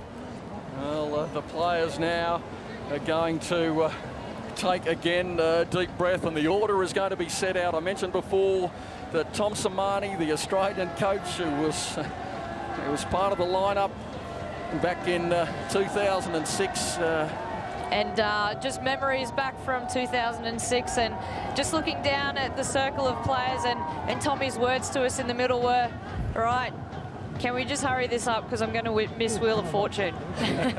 Trying obviously to relax the players. That's but, exactly right. There's no substitution for the pain you're going to feel when you walk up to the spot too. And well, Australia, one of the last games did manage to call fortuitously was Australia v Uruguay. And that was agonising. Is it going to be a turnaround for the Australian team here in women's fortunes? In 2006, they did lose the penalty shootout. Alicia Ferguson, you know exactly what it was about. You scored one of the penalties that went in the back of the net. Colette McCallum had a miss, and Sally Shippard had a get. And the keeper, the Chinese keeper, saved, or rather, I should say, their strikers kicked all 4 goals. Yeah, it was a difficult final to lose, particularly because not necessarily from the penalty shootout perspective. As I said, you know, when people walk up to take a penalty, if you've never walked up to the spot with a crowd in a final, you can't really appreciate the amount of pressure and how difficult it actually is to concentrate after you've played all this football. And it was unfortunate we had Colette McCallum miss first up. Joanne Peters unfortunately missed hers as well. I got mine. At that stage, it was pretty much done and dusted. And you know what? That's the way penalty shootouts go. They're heartbreaking things, but it's the way to finish off the game. After this much time added on, when the legs are dead, all you want to do is finish it off and hit the showers. Well, you'd imagine that Kate Gill would take one, Heather Garriock, Kylie Ledbrook, Sally Shippard in no particular order. Well, it's going to be a real test of nerve, and the Matildas go to the centre of the field, the Chengdu Sports Centre. They've already managed to fashion one unbelievable result here in history in that World Cup, a 2-2 draw with Canada. Is it a charmed ground for them? There's the bench. Robbie Hooker, very effusive, energetic assistant coach in the bunker. He's the man, he's the comedian, he's the one who relaxes the players or gets them going in victory and defeat. That's right. Hooks is renowned for his terrible jokes, and he's been telling him all this tour, as he always does. He kind of reminds you of your grandfather, you know, tells those really obvious jokes, but you can't help but chuckle at him. And again, he is a great character around the team and just has the ability to relax things and keep the attitude of the players upbeat as well. Well, the draw's been made, and it's going to be the goal scorer, Zhou Yun-Mi, who takes the first. It's Melissa Barbieri's second penalty shootout. I did mention to her beforehand in the early rounds how many she'd been in and what she thought of them, and I reckon she might be due to make a save or two. Barbieri, the Australian captain, it wouldn't go to a more deserving player. Is she going to get Australia off to a good start, or is the 23-year-old Zhou Yun-Mi going to hold a nerve and give DPR Korea the lead? They've picked the better end. It's the less gluey end, if you like, but you can see that patch in front of the keeper, probably not affecting her. She's going to go either side. She's going to pick either side. And so the great theatre of the penalty shootout is upon us in the Asian Cup final yet again. Australia, 2 finals, 2 penalty shootouts. And they level it up. Barbieri waits like a tarantula, ready to wrap her hands around the ball. First strike is in at the back of the nets. Good finish from the DPR Korea player. Right in the corner, didn't give Barbieri any chance whatsoever. You can see the ball going away from her, plenty of pace on it, and a really well taken penalty. Well, it's Sally Shippard, the lady who took time off to walk the world and to find herself, find new experiences. She went on a solo walk in Scotland. I'm wondering whether she ever thought she'd be back in the top grade and back taking a penalty shootout. She's first because she had success in 2006 from the spot. Can she get Australia away to a start and level it up? Shippard moves in, booms into the back of the nets. Well done, Sally Shippard, and the big smile on the face. You could see when she walked up to that penalty, she was all concentration. Just placed it into the net, plenty of pace on that, sent the goalkeeper the wrong way, and great to see that big smile of Sally Shippard to level the scores 1-1. And now Yun Song-mi has performed admirably today, but the 18-year-old might never have felt this much pressure, although the junior teams have gone great guns.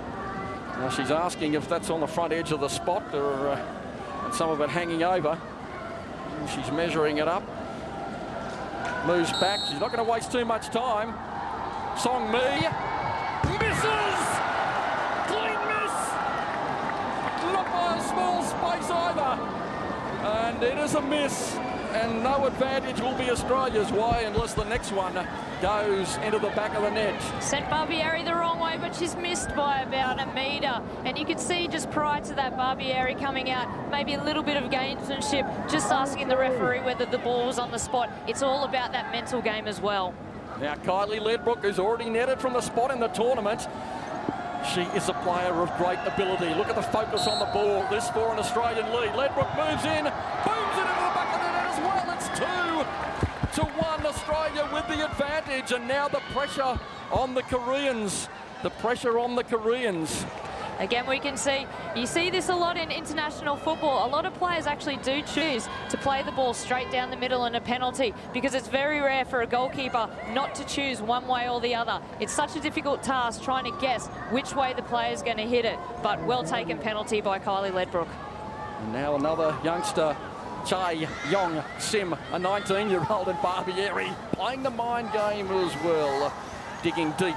This is really a must-get, you'd think, for DPR Korea to stay in the hunt. She moves in, and Barbieri almost saved it. She was there, got a finger to it, but she nets and levels it up again. Levels it up again.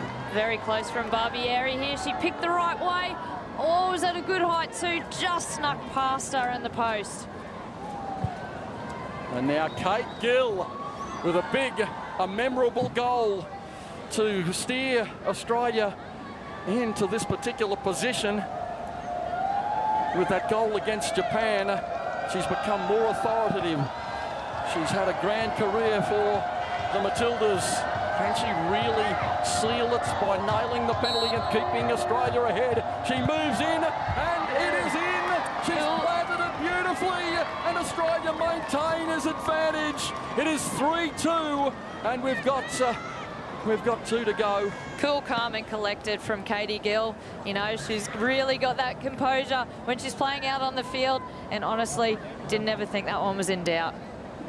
Now we need is a fantastic save from Melissa Barbieri, I think. I can feel it. I can feel it in my bones. Come on, Bubs. You were close to that last one. And now, this is absolutely must get. It's 3-2. Australia would need the next one, should this be saved, to win. And it's going to be a real test coming in for Yu Yong Hui. Moves in, and that's a beautiful penalty too. Very good. Level it back up. It's very good penalty from the DPR career player there. Gave Melissa Barbieri absolutely no chance whatsoever. Plenty of pace on it, ball rising into the top of the net. Very difficult for the keeper to save. And now Heather Garriock, the veteran, moves up.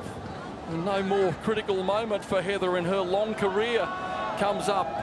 She'll go at it with confidence with the left boot, this to maintain the advantage. She moves in and gets it, plants it down the middle. Australia fall perfectly in the back of the net. And now if Korea miss, that's it. Pressure's all on the DPR career plays here. Another good penalty taken. Heather Garriock just picking a spot, sending the keeper the wrong way. Absolutely no chance whatsoever. And you see her give a little kiss to Bill up in the crowd. He's here cheering her on. I saw him quickly before the game and he was excited. Well, this is must kick in time for Chol Mi. She must score. Otherwise, Australia win the Asian Cup as Barbieri got to come up with a save. She moves in. It's a superb penalty to level it up. And now Australia go to the junior partner to win the contest. Yeah, another good penalty taken. Melissa Barbieri just stuck to her spot there, and we can see Kaya Simon walking up for the next penalty. Well, Kaya Simon has the Asian Cup in her hand. The 18-year-old who scored 2 winners for Australia in real time. Can she win the Asian Cup? Australia wins its first Asian Cup! Sensational performance! One of grit, one of determination, one of passion, and in the penalty shootouts, one of cool heads. Oh, it is a sea of joy from the Matildas. 5 perfect penalties, brilliantly taken, and they exact revenge on the defeat 4 years ago.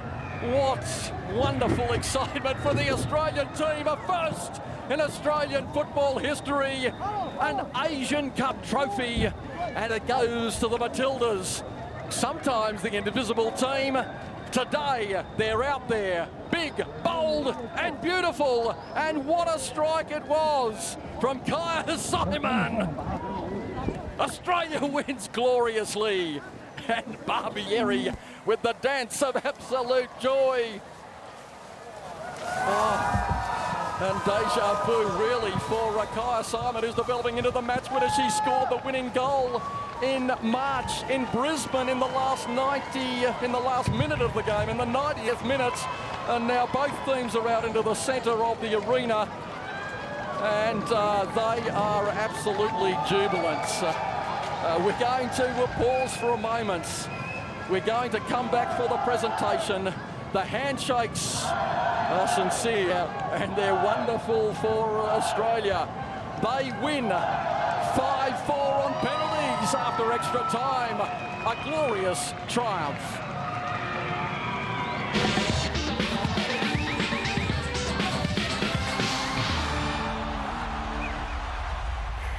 That's it, full time in the final of the 2010 AFC Women's Asian Cup.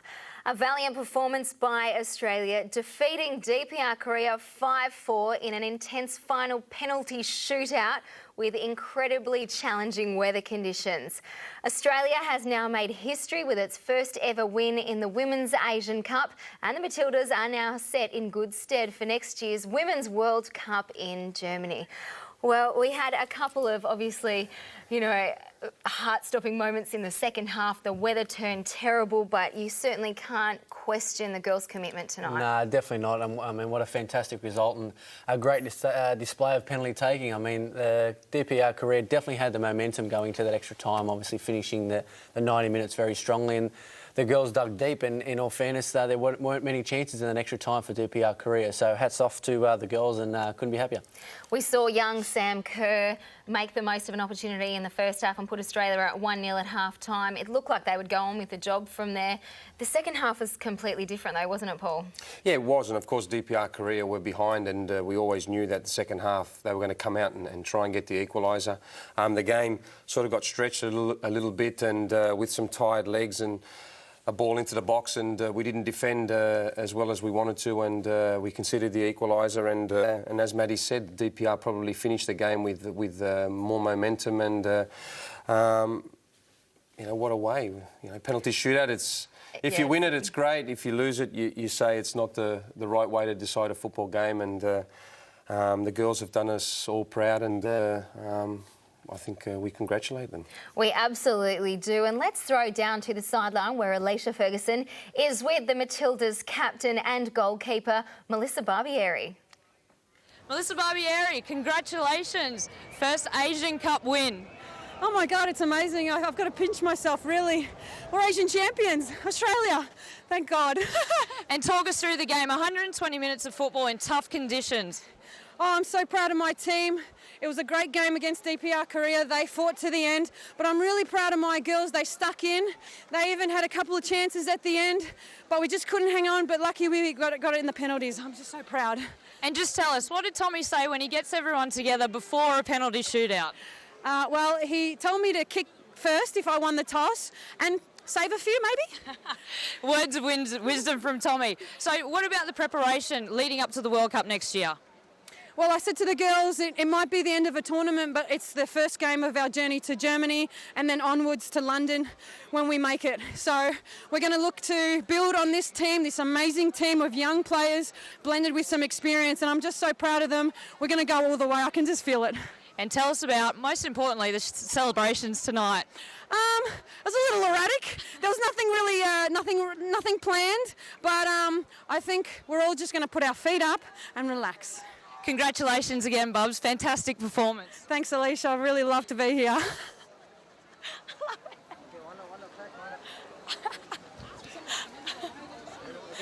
I'm so proud of you guys.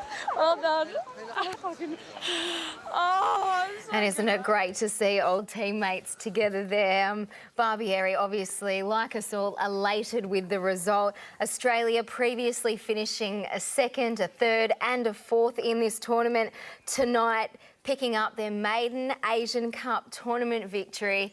It's such a proud moment for the girls. It is, and when you consider the age of some of the players in the team, quite a number of young girls at the age of 16 who did fantastically well. Take into consideration also the injury to Lisa Devanna and Sarah Walsh, two of our probably best players and most experienced players. And for the girls to, in such a short tournament, to play 5 games at the level that they have and then to finish it off in extra time, winning in penalties, is a massive achievement. And Australia obviously came into this tournament ranked 5th in Asia and 12th in the FIFA rankings worldwide. So it's an amazing achievement to beat Japan, beat the champions tonight, backing up DPR Korea. And now, as we said, they've secured a place at the Women's World Cup in Germany next year. Yeah, it's fantastic. I mean, like you said, they've obviously ranked 12 and they're going to go into, obviously, the World Cup with plenty of confidence. I mean, they've played some great sides during this tournament, and not only have they held their own, but they've performed really well with a lot of players. I mean, Tommy Samani used probably, I don't know how many players he probably used, probably 20 players all up about 22, 23 players. So, I mean, it's great for him to know that he's got plenty of depth, like Paul mentioned, and plenty of 16-year-olds there that, know that they can do the job in a year's time when they're needed. Well, he prides himself on the depth of his squad, and we did question him a couple of times on the formations, on the lineups that were put out there, but at the end of the day, Tommy, you've brought home the results, so kudos to you, mate. Let's take a look at the penalties themselves, the highlights from the penalty shootout after 120 minutes of play. And here they come. We see the Koreans going first. Nice penalty to start it off. Yeah, Melissa's probably a little bit unlucky here. She goes the right way, but it's a great penalty and was a good way for DPR to start. And same for Australia. Sally Shipper, big smile on her face, lovely penalty into the bottom corner there. Well, yeah, not much you can do. To be fair, a lot of the girls' penalties were absolutely fantastic. I don't think their keeper sort of got a touch on any of them, so I think that they definitely practiced them during the week, which is great. And that was the penalty, obviously, that handed Australia the win. Kaya Simon, as we'll see shortly, handing Australia the Asian Cup, but yeah. Again, a great penalty. I mean, every like I said, every penalty spot taken there, I think the keeper went the opposite way. So, I mean, it's always handy to go straight down the middle, especially when the keeper's diving. What sort of pressure are these girls under for? Yeah, enormous amount of pressure. And I think one of the things that you look for when a player's about to take a penalty is their body language. And certainly at the end of 120 minutes, players can look fatigued. But all of the girls stepped up. They looked confident. And as Matt said, all of their penalties were taken with a lot of composure. And throughout the whole penalty shootout, I was quite confident that, we were going to score every penalty. You've probably taken a few yourselves, boys. I know your heart is racing. That the crowd's not huge there tonight, obviously due to the weather conditions and a few other things that we've talked about. But it's very hard and it's very daunting to know that the future of your team and here of your nation is resting on your shoulders. Yeah, I think no matter when you take a penalty, even at training, you sort of get a little bit nervous. But after playing 120 minutes in weather like that, it definitely can't be easy. And I mean, like we said, the girls did a great job in the way they composed themselves and put everything behind them. And 5 out of 5, what a great result. Oh, it's awesome to not miss one, obviously, as well. And in a moment, I'm sure we're about to see the Kaya Simon penalty. Here it comes. As I said, handing Australia its first Asian Cup tournament victory. Interestingly enough, Kaya was also the player that scored the goal to take Australia to victory against North Korea, or DPR Korea, in March in Brisbane at Ballymore Stadium. So she's got a pretty good record against this team. It's always the best penalty to take, the last one, which can seal you the victory. And she stepped up, and I think it was the best penalty out of all 5 of them. And here you can see just how happy the girls are, and what an achievement. It's great. Asian champions, as Melissa Barbieri said, and what a way to begin preparations for an important World Cup next year in Germany. All right, well, it was a pretty scrappy, gritty and tough game on a bad pitch, terrible conditions. As I said, we played 120 minutes, 1-1 at the end of 120 minutes. We've gone to penalties. Australia has won. We're about to head back to Chengdu Stadium in China for the tournament presentations. We're picking this up from the silver medal presentation. So here we see the Korean side just receiving their silver medals for second place. It's hard. It is tough because you've just lost, and the first thing you want to do is just get out of there, get into the dressing sheds, have a shower and get back to the hotel. But unfortunately, when there are medal presentations, as we're seeing now, you have to turn up, go on there and collect your medals. And look, I think DPR Korea can be proud of their performance tonight. They, had to come from behind to equalise the game, and they kept pushing, and they really pushed our girls right until the end. And it was only one missed penalty that separated the two teams. And obviously, DPR Korea have won this tournament 3 out of the last 4 times. They picked it up 2 years ago, and it's a biennial tournament, as we've discussed previously. It's tough. Like their coach said, they came in here with an under-strength, under-prepared side. So for the team to go through the pool stage, they finished second in the pool stage, to play off in that extra time match against China, to win, to make the final against Australia. It was always going to be a tough ask. And in fact, most people probably thought DPR Korea was going to back up and make it 2 from 2. Well, yeah, they've done well throughout the tournament. Like Paul said, they've made it to the World Cup next year. They've done extremely well in this game to come from behind. They would probably consider themselves pretty unlucky not to win tonight. They definitely took control in that second half after they got the equaliser, and even in extra time, they definitely controlled a lot more possession in that extra time. And look, they can go home tonight and obviously not be too disappointed. It's not a good time to lose over 90, but to lose over 120 in penalties, it just hurts that little bit more. But I'm sure that after tonight and tomorrow, they will prepare for 2011 like our girls will.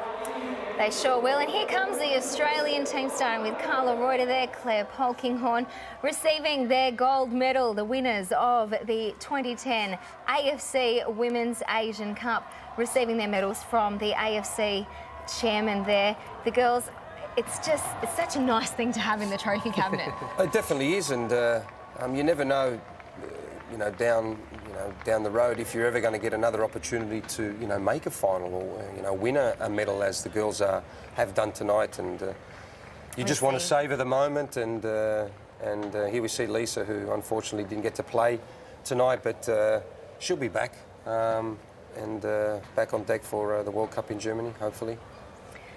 And they look like a mob of drowned rats, really, don't they, in the weather there? It'd be quite cold, but I'm sure just the celebration will be keeping them warm as the team goes through. You'll see a little bit in the shot to the left shortly, the actual Asian Cup itself. It's quite a nice piece of silverware to have. I'm not sure where it'll be kept. I think the girls will be fighting over it tonight, whose room it goes into, don't you think, Matt? Yeah, I'm sure they will. Not everyone gets to hold up a trophy like that, but I'm sure it'll get handed around after the game tonight. And no, what a fantastic effort by the girls, and you can just see there the smiles on their faces, and you can already tell that they're not only happy about the win tonight, but they already can't wait for next year in Germany. Well, there they are, the Matildas, the 2010 AFC Asian Cup champions. I think it's phenomenal to come, we came in as underdogs, really we did, and as I said to you before, we questioned some of Tommy's moves in formation, we questioned some of his player selections early on, especially in that game against China where we went down, which could have been a big turning point for us in the tournament. Yeah, I mean, we sat here probably 10 days ago with the first match there and went through the rankings and whatnot, and I remember saying you were telling us about the pool of death, and we weren't too sure whether the girls were going to go through, but to finish where they did in their group and then to go out against Japan a couple of days ago and put in a massive effort, and to back it up again tonight with a solid performance. Probably wasn't an ideal game from the girls in terms of possession and the way they played, but who really cares when you're sitting up there holding a trophy like that?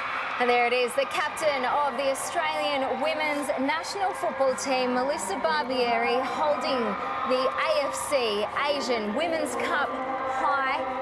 And it's just such a proud moment for the Australian girls. They'll all want to get their hands on that trophy tonight. Take nothing away from DPR Korea in tonight's performance. Of course, they too played 120 minutes. The game was, as we said, 1-1 at full time. The Australian girls winning 5-4 at a penalty shootout.